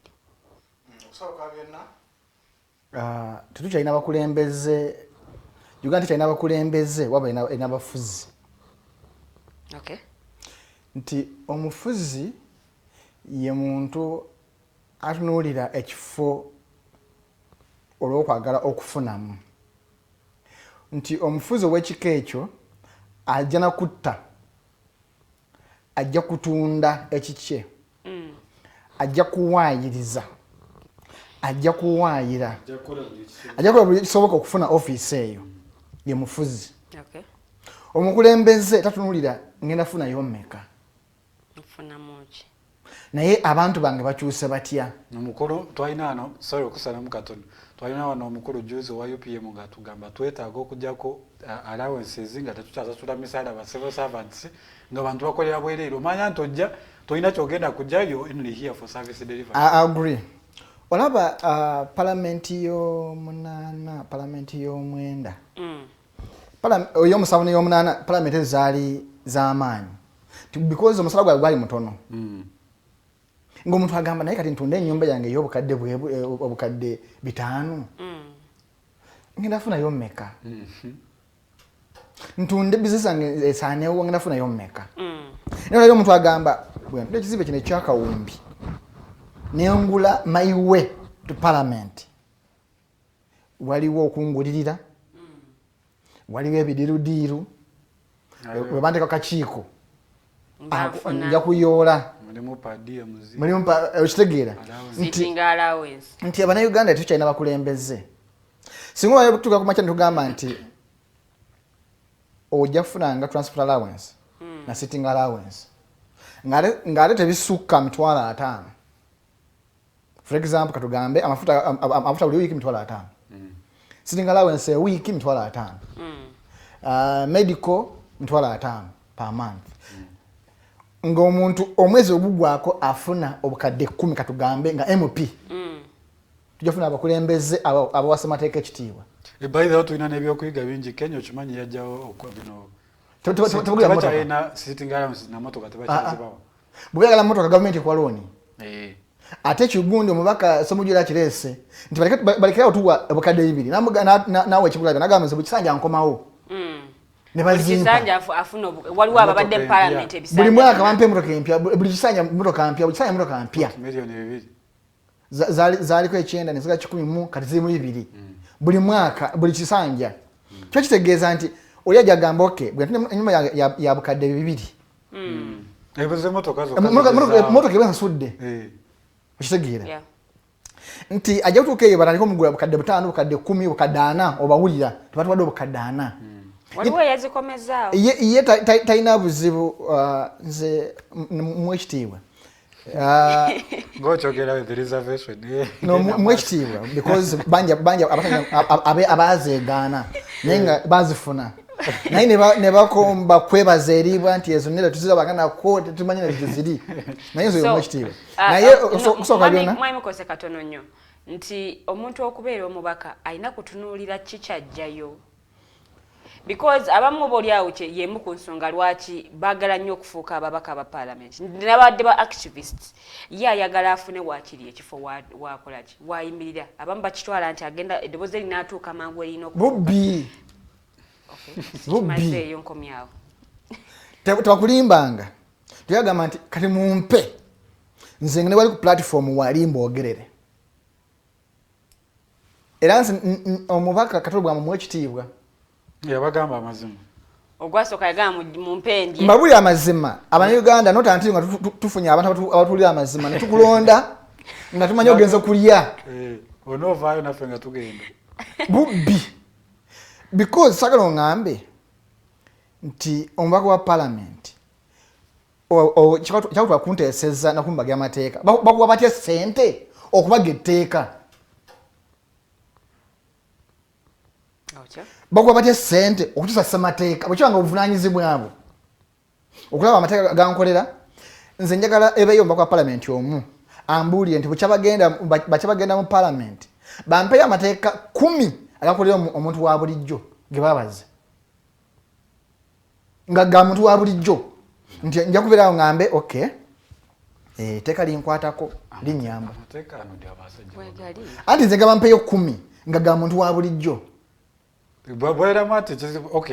waliwo gebakola agasinga gabeeraga abantu mpozi okubanga mubeeramu provisions ezimu buli oteekamu provision nga teya omuntu wa bulijjo etteeka liba null and void ku muntu wa bulijjo okitegeera kuba tusuubira nti parliament yaffe ffenna naye kumanya n'ogamba nti omuntu aweza emyaka 75 semateeka mukugwira nga ffenna tukimanyi bulungi semateeka mukugwira akugira omuntu yena w'75 naye nga kuba ali ku baloti oba nga betusuubira ku baloti w'75 ali omu n'abayita n'abagula naye mukyusiza Nze kiba kitegeeza nti mukolera muntu temukolera ffe.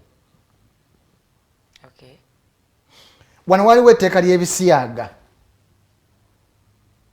Nze naye ndyagadde. Naye ne baliisa nga bakimanyi buli kukola mutewera. Okitegeera.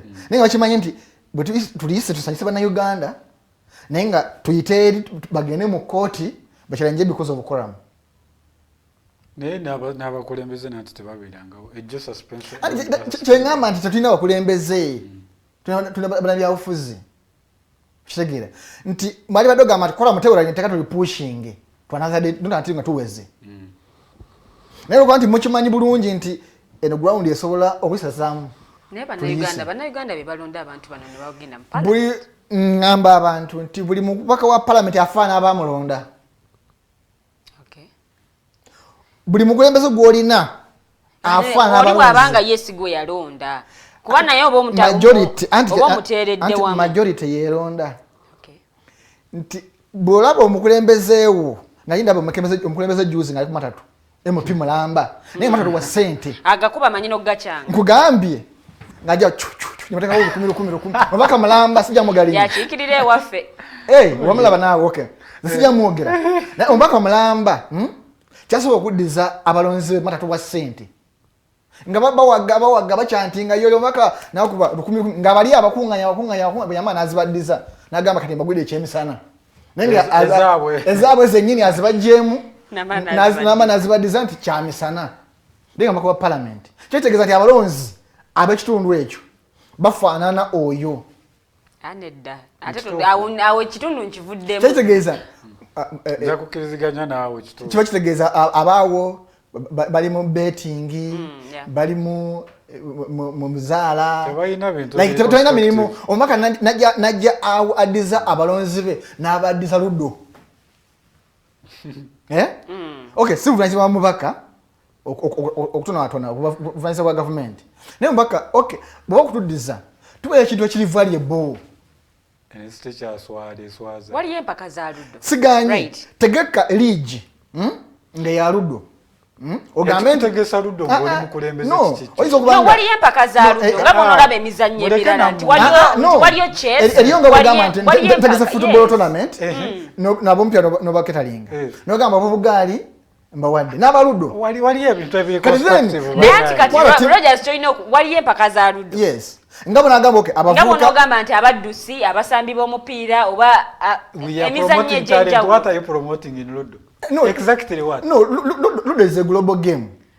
Like actually nga bonola chess. Nga bona obugali bw'empaka. Wala mpira is a global game. Na ye tugambe okay abana bazze timu ezabazizze tujazuwa Ludo. Ne tugamba nti constituency yange part of kudizana siriji tournament mbadiza Ludo. Kiba is this kwa kutuisamu lugayu.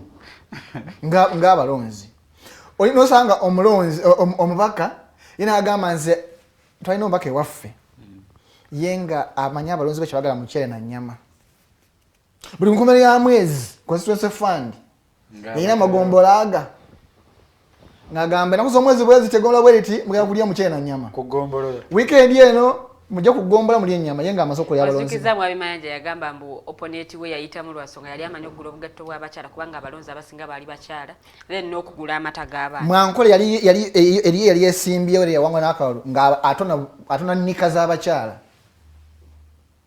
yenga byatona like wali baddenga obulabo bw'ogula abantu bakuwa akalulu abagulira nnika BannaUganda tebabanguddwa ku kika ky'abakulembeze be balina okulonda n'emirimu omukulembeze gwe balonze gy'alina okukola omuntu alonda ne bw'abeera kansila oba ne bw'abeera LC1 chairman ye kyamanyi ekyokka ekimulonza kufuna bbaluwa no bakimanyi naye gavumenti yakikola deliberate okufuna BannaUganda abankuseere si bavuula nkupe kyokka nti omunkuseere ajja kubeerawo ng'agamba omukulembeze wankayiseemu banya school fees wa MP okuwerera omukazi bw'avaamu olubuto wa MP tulina olumbe wa MP graduation MP. Generally now Arnold, here is a problem. It seems it's not just a problem of our leaders, it's a problem of society.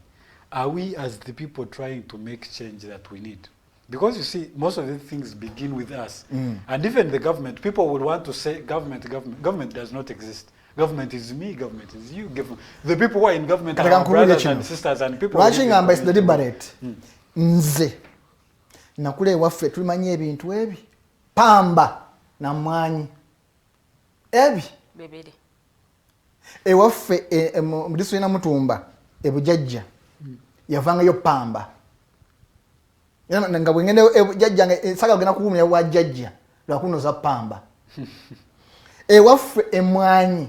Nga ku weekend sagala njagala nsomene no Saturday because imwanyi njagala ombulire we are exporting maids and the casual laborers, domestic workers as our exports. Njagala ombulire ewaffe twabeera ku nnyanja ng'ebyennyanja is a commodity that generates income to our local people. Olwaleero ekyennyanja okulabako obulabe ku nnyanja omungu bukaaba mulimu n'ebipaati mulimu ebibanja bibanja yes ate ebibanja ebyo mulimu bagita ezo caging buli muntu ekibanja kyateeka mu cages. I have seen one of those. Kitegeera nti kati omuntu eyali ayimira ku byennyanja omuntu yalimiao ku mwanyi yalimiao ku pamba ku majani byemwasula bbeeyi mwalise pineti simanyi pineti yaba promoting emwanyi nga mwaba mwegayira bambi bamuyita kali kakiiko bambi tugegayiride tuyambe ojja kulwanya emwanyi naye nga tezibadde na buzibu ate nga ffe twamwana akasente ka investment okisigira kati ovaawo onanye omuntu wa bulijjo kuba kati omuntu wa bulijjo yali afuna emwanyi yali tasobola okuddika wa mukulembeze nze nkubulya amazima gemberamu omutwalo nze ne mukama wange alwawo okundaba ngendamu omutwalo gwange ngera kumakya nenkola nentama nengenda naye manga sira muntu ajja mugamba mukama wange se kyakulya wena mwetano ntaase oba okitegeera naye manga nzirina tajja kundaba nja kukola nze nsimbule ngenda naye buli olaba omuntu wa bulijjo yali badde wansiiwo nga yajja olimanya tali empowered enough okweyimirizaawo katono nnyo omulundi gumu ababaka basuggestinga ekisanja kyabwe kyongezebwemu emyaka giveko 5 gidde ku 7 ng'ebiri gyakuyiga mbaka wa palamenti akola ki nawe nsabusese nagambye tetulina abakulembeze tulina babbi wonna wetuli wetutuuse tulina babbi era nze nebaza era abasikira mali mabirizi mbesimanyi tana byamanyi mateeka atabangulako omusango yatutaasa agabbi kwaga gafunye emyaka egi gyabwerere kooti ensukuluma at least bagamba nti agoba tabula kyakusuuza empewo yakuma kyakusuuza menyera kooti ey'embaale nebasuuza emyaka egi at least wadde byalema naye at least emyaka egi twagifuna gasajjayo mwali mutubbi agabbi mmwe gali gatubbi tudde ku kibuuzo kya mukulu ano dija yalanze kutegeera kubanga now it seems the problem is literally we are upside down. Nothing is working. Governance has failed. That we need to just agree. Economics is literally going down the drain. Everything has failed. What are we going to do as the people? Because now the leaders have become a problem, which brings me to another issue. There seems to be a failure. We need to acknowledge the fact that we have failed as a society. What is it going to take for us? What should even the young people themselves, what should we do? Kusa kwa byonna gwe munayuganda ndaba. Ngondaba bulungi, nkulaba nawe ndaba. Gwe obanga okimanyi omukulembeze wakola majani. Oba wamulonda watu wamulonda. Kira ku macha. Mwekunganya ekibinja. Mutule ku gate ye. Okay. Oyo omukulembeze owa kansala owa MP temukwata mayinja, temukwata jambia. Agenda kufuluma bwata kugulawo gate nga muli ku gate. Mumugambe tufa kutumakola A B C D. Singa banagana bonna banaluma bakulembeza bonna. Ebwanga lyonna. Nawe gamba tukwade ultimatum. Butakola bitu kugamba oba utatwebuuza ako nga tunaba kukyosalawo ku parliament. Bajja kuda muline. Niyo nadde nogamba ate munnange katulinde jigweke 5 tobalinze akunganye sente ze ajja kugula bupya. Okatoli bwatuuka nga amaka g'omubaka gakuumibwa basirikale. Kati kankubuulire. Bwema nga mugenzi peaceful. Teri musirikale. Nze babuli amazima. No abavumaki nga iso mulalu nga yagudde mwaka zole. Asobola kubatana kuba abantu masasi wa migo. Nga muizo abantu bangi muli myemezo kola mubaka wamwe. Ate omubaka batuke okugamba nti nkumwe maje. Manyafuse majani. Tacha mubaka. Kwa mubaka omubaka ekikwisa omubaka. You are representative of people. Ochimu obubaka n'obutwala no chimenye obubaka n'obuleeta. You are middleman in other. Yes. Kati bwota ku macha nobanga obubaka tocha obubaka. Nze kitegezo kyali mubaka wa abantu bakyali mukulembeze. So bana abakulembeze bafu tubanabire mu maaso balumukire. Tubeyambule. Naye tunabaleka tugambe emyaka 5.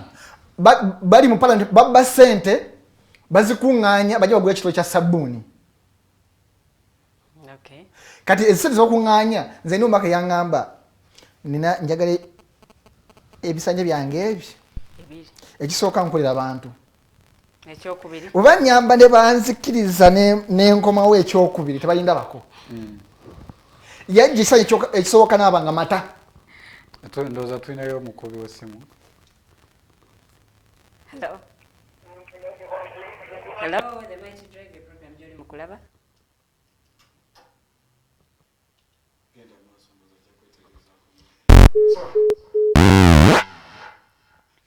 mbadde ngamba nti bano abantu bwagera mukulembeze office ene muyamba okubba nakuŋŋaanya ssente.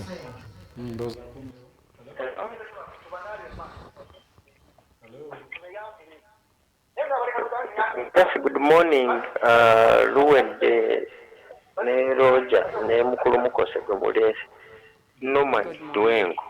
Kati mwogedde bingi naye naye kubyenjabulajabula byonna nga mubyogedde. Manyi mwogedde ku babaka abaagulanga bupanti nga bagulira abakyala n'enzijukiro waffe eyassaawo empaka z'okugaaya amayirungi n'okuyigga obumu by'oku nsiko.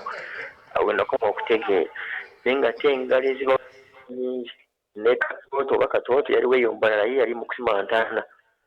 Kati nga webaka baffe literally bw'okwata bw'osiba akakuwa ku luguudo lwammwe eyo oba mu kibuga kyonna ku bantu 10 babuuza bakuwe emigaso 2 gyokka egy'omubaka nkulayira ku bantu 95 basobola okugamba balina tugulira ambyulensi nakutugulira miceere pirawo nakusawo mpaka za mipiira.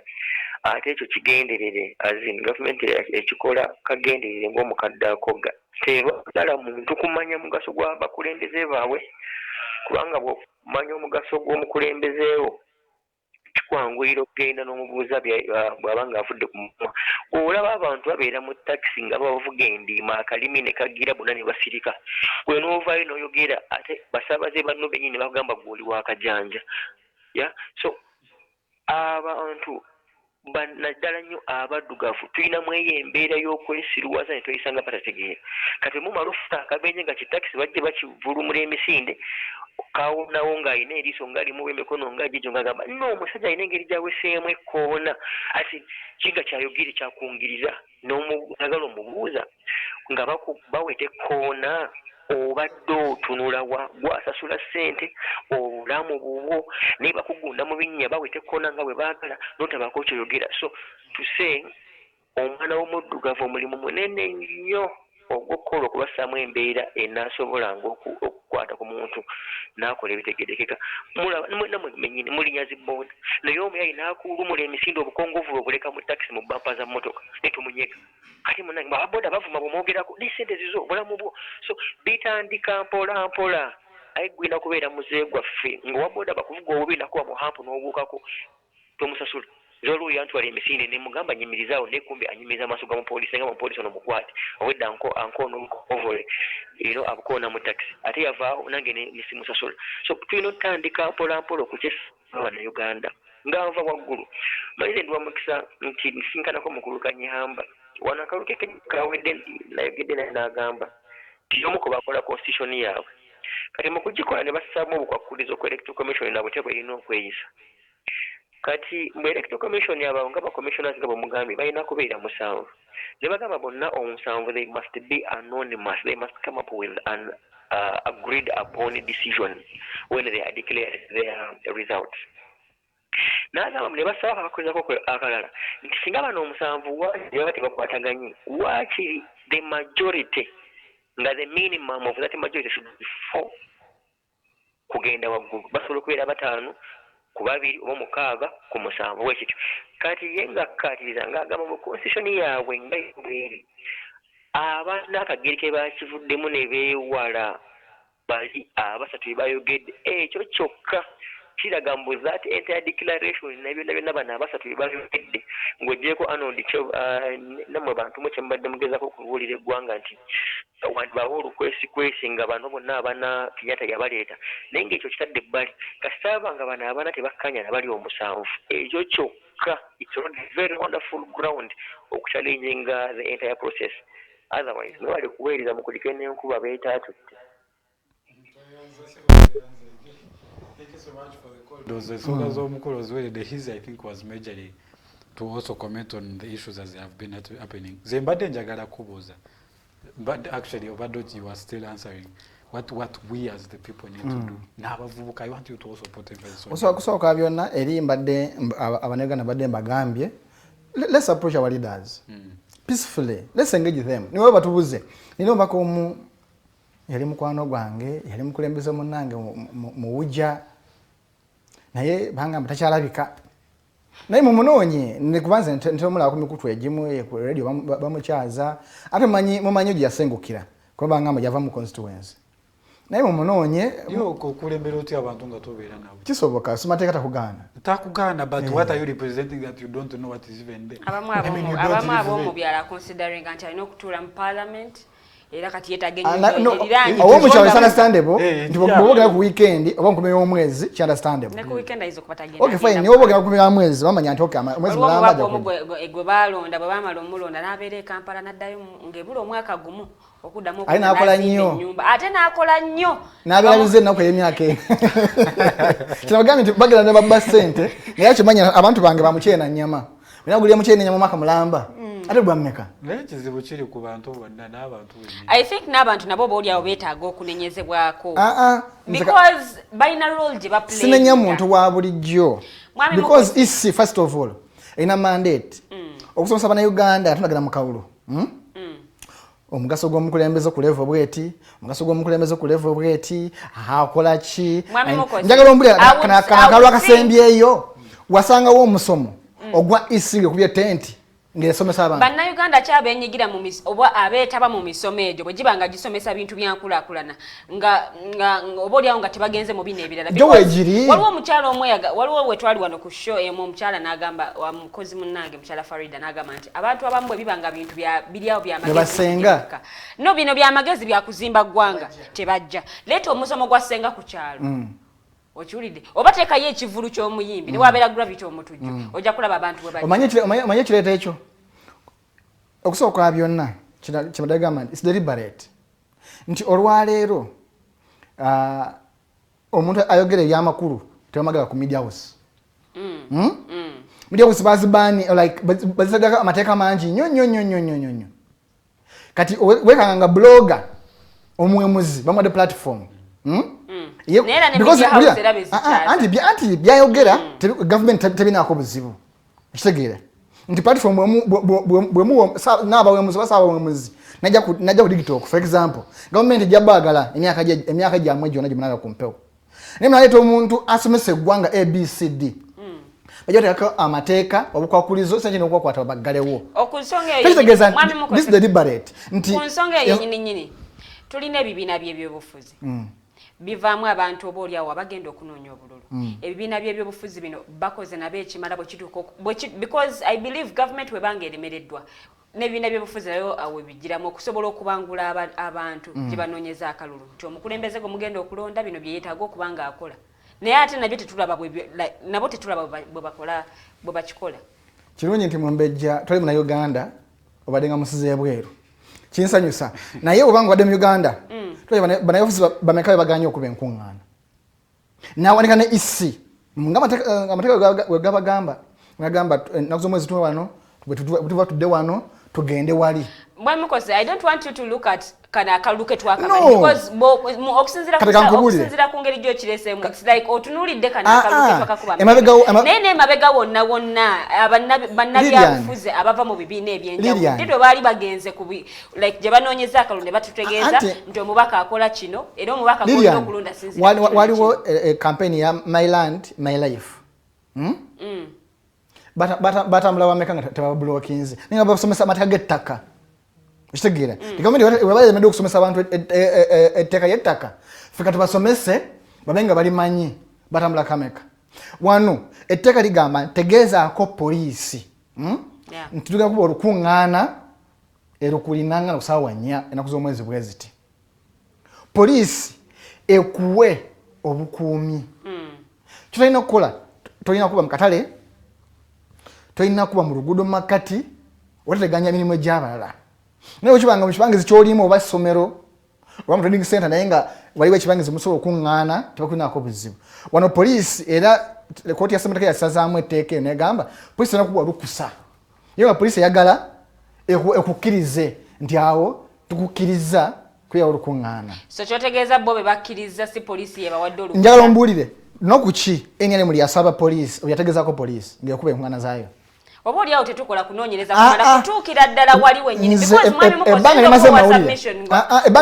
ku kya opposition yokka nze I challenge the one time NRM spokesperson ne mugamba baluwa gye bawanika police nga bati sikubasaba nga bategeeza ajiko ku meza nteriwo kati obanga yayita jina ngati eva mu office ya mwogezi kuba yayina okubanga empapuleza zirina ngayita zirina how can you convince me omuntu wa bulijjo ndi bawandiikira police naye ate position yonga ina on record ezimu nga tebazida na police doesn't even reply kati nze mugambye anti abanaga abantu banenya ne ECA na uvulanyizi yonga tena na kusaba iyo nibategeza niwebega ko mukatale ate tebagigana because ya dembo kusanga abantu babeera iyo teina unaku yali okungana kutegeeza abantu abo kati onanyota mu Uganda okubanga tabimanyi ye malaika alota birote nera tubale n'abatabyenyigiramu nze njagala okukulu kungana ogambe tebaze buzi kyanjawulo naye tokubye kungana ate ogamba tebaze kati banajja wani nga tokubye kungana njagala ngambe twali egini tebajja nga wemutimba enkala z'abalonzi bagenda ne balaba ani yafa ani yasenguka ne bayamba okugamba no yafa onotaliwo lwaki bagendayo lwaki bamwekwasa ntebajja tukitegeeza nti process teba nungamu ekibangwira kyemukola ali ne munenya abantu ba bulijjo so nze tsaga kunenya muntu wa bulijjo okay enzo bana yali n'obunafu bwe nenze tumuterewo omuwatwa oba tumuwo omukisa ogwo agane buganyi naye ate nze ekyo abaana bangana okulya kikana kufuma mmere ng'omuzadde kitegeera olwokuba temanya ku mande olwokuba tebalya ku mande weneze sifumba anti tebalya mmere before even knowing lwaki tebalya mmere ng'omuzadde lwaki tebalidde mmere ku mande ginafu gye bataagala enfumba yabadde embi nafumye leti nga babadde bayiddako wa neighbor like oyina okusobola okumanya ekizibu lwaki tebalidde mmere before even blaming them tebalya mmere nga gyenfumba oba oli awo oyinza n'okuba ofumba bubingi wamulirwa bafumba bulungi so nze ndowooza nti toke kunonya bantu ba bulijjo soke twekwe mu kifuba tumanye obuzibu buvaawa nze abantu ba bulijjo ndi kusaidi yammwe nnyo oba mugera but I believe nabo balina role gye baplaying ekibata mu bimansulo because police byekkiriza ebitera mu betting oli kusolerayo bantu mwami Mukose kulinga kujinya muntu so kujinya njagala nnyo omuntu n'amanya nti omuntu ovunaanyizibwa ku kino na kino other than okugamba nti omuntu mirundi emeka gye bagadde media house olwokukyaza some individuals mirundi emeka naye nga byoboge tebaganye nti mukwate jambia n'emmundu enkya mugenda ku street ayise banagamba omwaka bwe guti government yafuna bweziti nebuza zino omwaka bwe guti nefuna zino nebuza zino bagamba media house against the government tubiveeko ng'abantu tuwule tugende maaso kyemugambye mulumbe abakulembeze bammwe ekitegeeza nti abantu balina omulimu gwabwe n'abantu nabo balina omulimu gw'okukola mubagambye abamanyi saidi yammwe naye tujja kuleka ggwanga lino nga ligwa matiga naye mubalumbe mwami Mukose era nekituzaayo nti omubaka bw'abanga tubadde tuli mu kyalo tugeze tuli captura ng'omubaka sinda lwazze ate nga mumulonza abuze emyaka 3 ajja kudda mu gw'okuna ng'ayagala anti lwaki wakomawo n'abagula ate mukiza abagule era mu mwaka olu okay bw'aba abuze emyaka 4 bw'aba okutana mu buboole ne bafuma ebijulo temubirya bimudibiri amanye nti bana bankyaye I think tuliga n'okuboola nti abantu abamu atunuulira omubaka amuweereredde omwana ne bw'aba takoze kintu kirala kyonna ye nga kikyokka kyankonsidaakyakyaweerera omwana wange kambuuze anaaweera emitwalo ena gyamulonda yona nagiweerera era jakuweerera abantu nga 5 abamulonza akalulu kitegeeza amabasa tabakoledde mumuboole ayite abawe ebijulo mumulaga nti fumba hona tujja kujja sawa yokujula mutambule muveewo obadde bafumba we muri munche sawa yakulya mutambule muveewo ajja kumanya nti bana abantu banyiivu naye ebyokulya omunauganda bw'okulya avulubana mwali Mukose tudde ku ground entuufu ebintu ebirimu ebyokulya ebintu ebirimu ssente bannauganda bimeka biwerekereza naye tuli muntu I think the problem has been, by and large, the problem has been individualism. But we have this feeling of nzengo muntu ngenda kuchosachi. At the end of the day, it is you who sets the precedent. Ogana chino no yogera against this. Before you know it, your neighbor is doing the same, the other is doing the same, and that is how we grow. Now the problem we have is zenga sina manyi watu power. Do I have way? No gamba kangendeo and now that is the problem. Now if 10 of you feel like you don't have power, because it begins with one person. Yeah. So I think we should take individual initiatives as individuals. You wake up, know that your children have a future or they deserve one. Nzena omubake wa from Chalo. Na nchakola ku UBC. Na mwita amuwempewo. Nenga mubaka wange. Ngempo tukabuje waffe bulungi, ampuliza bulungi. Nenga otesobola okudiza abantu bange. Ukyaza mubaka ono atuwulire. Omaka namwitira omwezi mulamba. Neze wa from Chalo nemba gamba. Bwendisanga awagira mubaka ono mu kalulu.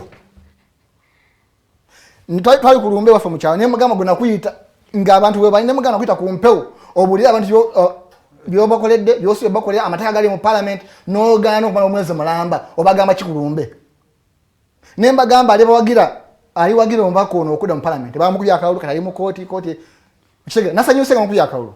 And so but you see it begins with one of us, so people were better go tuvuyeyo tuwomukira abantu bano tubagambe amazima, otherwise bajja kukunganyanga sente bajja babba musolo gwaffe ne batongeza emisolo ate bakomawo ne batugulirira. Mwami Mukose BannaUganda bategezeeko nti ebintu bino ebizimba eggwanga like tutekenga yamatu because watunulira parliament ng'etudde oluusi bibeerako ku UBC oba oluusi ne ku mitimbagano ojja okwesanga kuliko abantu 8 ate nga ne 8 bayinza okwesanga n'ababaka abamu 8 naye bwe bateekayo nti kino omulundi gumu wateekayo kowane eno kyali kivulu kyekyo sejjukira oba embaga ya pasta Bujingo no ng'ogyeko embaga ya pasta Bujingo abali amutukula nti walaba abantu kwaliko abantu bameka 2 n'okweyongera abamu ne babira banyuma live bali 1.2k live basi kati olaba interest ya sitting ya parliament ebeerako abantu I will see side nti abamu BannaUganda nti oluusi ekintu kiyinza okwogerwako mu parliament ne batakiwa matu naye bwe kidde eno abantu babudde ne batandika okyogerako because nzijukira ku nyingo 12 bba nga bw'obuuza MannaUganda nyingo eyogera ki okay yogera ki gwe omanyi ki kyeyogera nga no nyingo eyo weeri mu ssemateeka weeri nti abantu abamu ebintu ebizimbo bebitwala eggwanga mu maaso tebabiwabudde naye ate bino ebintu ebirala babiweera ddala obubiri era neewuunyisa BannaUganda ogoberera kalukeke omanyi mwelabira nnyo wano President Museveni bwe yali by election ye jinja eya munundi guli eya Paulo Mwiru yagamba nabe honorable Nathan Gabitali yesimbye kadi ya NRM nagamba ne munondera ebidomola naye nga bwanachikola ko papa yagamba ai mumpereze ebyo bwana mbaka wa parliament nga ye point of order yangwa kujanga yambadde olugoye nga tase bulungi pesa yenga ensonga national issue jalaba amubaka tagolodde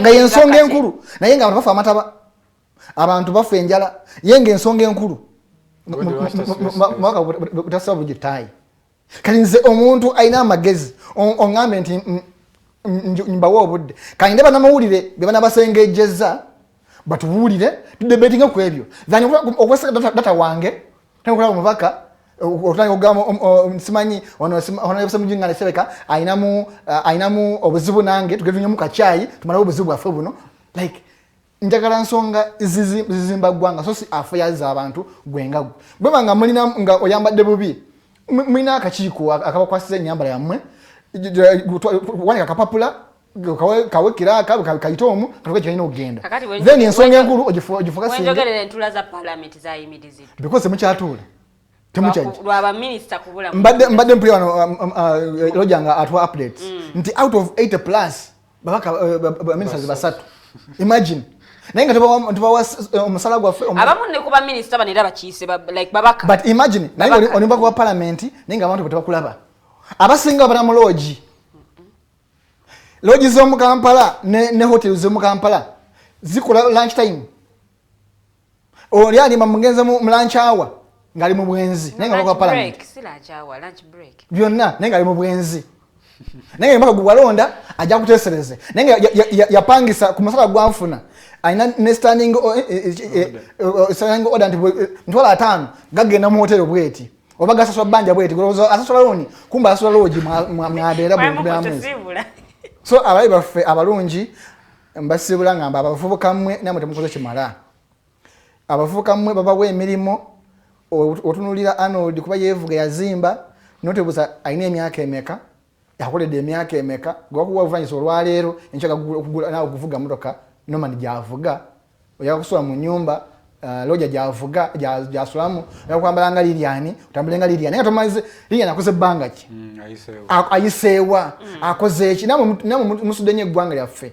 nemuteka abakulembeze kuninga okuba okusaba bye mutabawola so nze mbakutira tudde ku line tutambulenga bwe tulina okutambula emyaka omuntu w'emyaka 2 towekaka kuzimba nyumba ya kawumbi nga nejajjawo yafata kakutakwatangako so nze ndowooza kitandika kuffe mindset yaffe ekyuke ndowooza eggwanga lyaffe ffena si abakulembeze bokka n'abakulembeze mukube mutoki mu kifuba mumanye nti naffe nga eggwanga tetwagala history twaga byafaayo tulamule netulamuziza ttima katono mwami Mukose nakyo ine Rita committees n'agamba ku cabinet Ugandan cabinet is a batch of mere useless eaters who are valueless to our country, and they have played a big role in dwarfing our national development. Imagine only 3 out of over 80 ministers. It's a real shame. They are good at claiming for salaries and allowance increments, but poor at service delivery. How I wish we just disband the so-called fisherman ministers. Kati choyagala ogamba nti owakaya naye bwe kibanga they are useful eaters out of 80 lwaki bajja basatu are they useful eaters bali mu office those are a bunch of useless eaters nga bwagambye nnyo mwami Mukose webale nnyo webalire ddala comment zimunyiza obutasobola kuzigenda into details because ebisinga bibadde byogeddwako tumusime kato yagamba but Mukose Arnold Anthony, do these representatives who go in other countries as election observers learn anything from there, and do they preach what they have observed in elections in other countries, or they go there to enjoy life and that's the end of the story? Enjoying life. Ebisinga ku bino mukulu Mukose oboolyawo abadde abitangazizaako nabukera tiditenjo webale nnyo kubanga kooli agamba we are back to sente z'ekibi. Me I want to call that kamani bannange omukyalo ono ayagadde sente zino ez'omubaka zeyazizaayo okuva olunaku lwejjaali ayagala sente z'omubaka zeyazizaayo naye simanyi wa wagenda kuzijja watuufu. Mwebale nnyo mwebale ddala mwenna abatugobedde okuva gye twatandikidde paka wano tugenda okubanga tuwunzikira olunaku luno olwaleero abakomenti zibale tweyanziza nnyo tweyanzeege ababaddeko mwebale nnyo mwebale ddala obudde bwakinyika gobe wabweru naye tekikugaana ate kugenda kunoonya kigulira magala eddiba munnange genda okole ate obulamu bwo oba obukadde osobola okubanga ate obweyagaliramu nti emyaka egyo bwoba ogituuseemu ojja kusobola okwebaka otulo nga ate bw'oyagala naye budde buno keera ku makya ebikunta bireke wabbali genda ate munnange okole embeera y'obudde tetulemesa ate okubanga munnange tweyongerako oba okubanga ate tukola tekikulemeza tekikutuusa ku mulimu leeti olw'ensonga nti munnange enkuba etonye mulimu babbosses abatagala kuwuliriza nsonga ng'ezo so keera weeteeketeeke ng'obudde bukyali gulayo umbrella gula raincoat munnange ebiseera bye tugenda mu biseera bya nkuba osobole okubanga ate naawe emirimu gigenderera ddala bulungi mu maaso nze Omumbejja Luwedde Lilian olunaku olwaleero mbadde ne munnange Rogers Tulyahabwe okwo okwogatta omwami Mukose Arnold Anthony bwe tubaddewo wano okulaba nga ate tutambuza program okutuuka wano tugenda okubanga tuwunzikira tetusobodde kubanga ate tubeera n'omugenyi waffe nga bwe nabategeezezza obanga bwe tuzze tubategeeza embeera y'obudde oboolyawo etaataaganyizaamu entambula wano ne wali so nga ate tujja kusobola okubanga ate tumufuna omulundi omulala tujja kubanga ate ensonga zino tuzoogerako munnange obeere nga naawe eyaba mu miisinzi olunaku olwaleero ku mulundi guli ate osobola okubanga omufuna olunaku olwaleero ate tugenda kusobola kubanga tuba ne diaspora link olw'ensonga nti mukozi munnaffe oba olyawo tannaba kubanga aterera bulungi naye nga tujja kubanga tuba nayo omulundi omulala buli awo wiiki jja tujja kubanga ate programu eno tujyotabuliro naye nga nkutegeeza olunaku olw'enkya Mighty Drive ejja kubeerawo ku ssaawa emu ey'okumakya paka ssaawa 3 mulangira Nakibinge omwami Mukose Arnold Anthony n'omukyala Farida Bikobere bajja kuba wano nga bagikutuusaako so nga ate olw'eggulu nze kennyini Kamakoogera anja kubanga ate nkutuusaako the voltage ku lw'omukaaga lwa wiiki eno tesuwa retired Colonel Dr. Kiza Besigye ku interface agenda kubeerawo waneeno ne host gwe tugenda okuba surprisinga naye munnange temunnamanya ani agenda ku hostinga program eno bamwesunze abamu bambuuziza gwe agenda ogituulamu tomanya nyiza ogituulamu oba Roger ayinza ogituulamu oba mwami Mukose ne Professor Kanyihamba twagala kuba surprisinga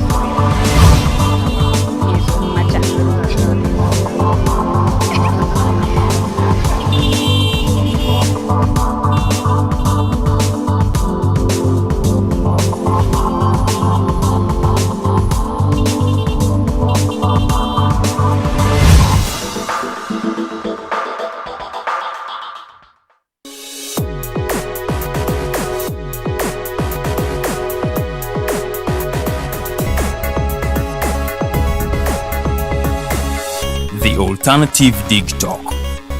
Real issues, real talk.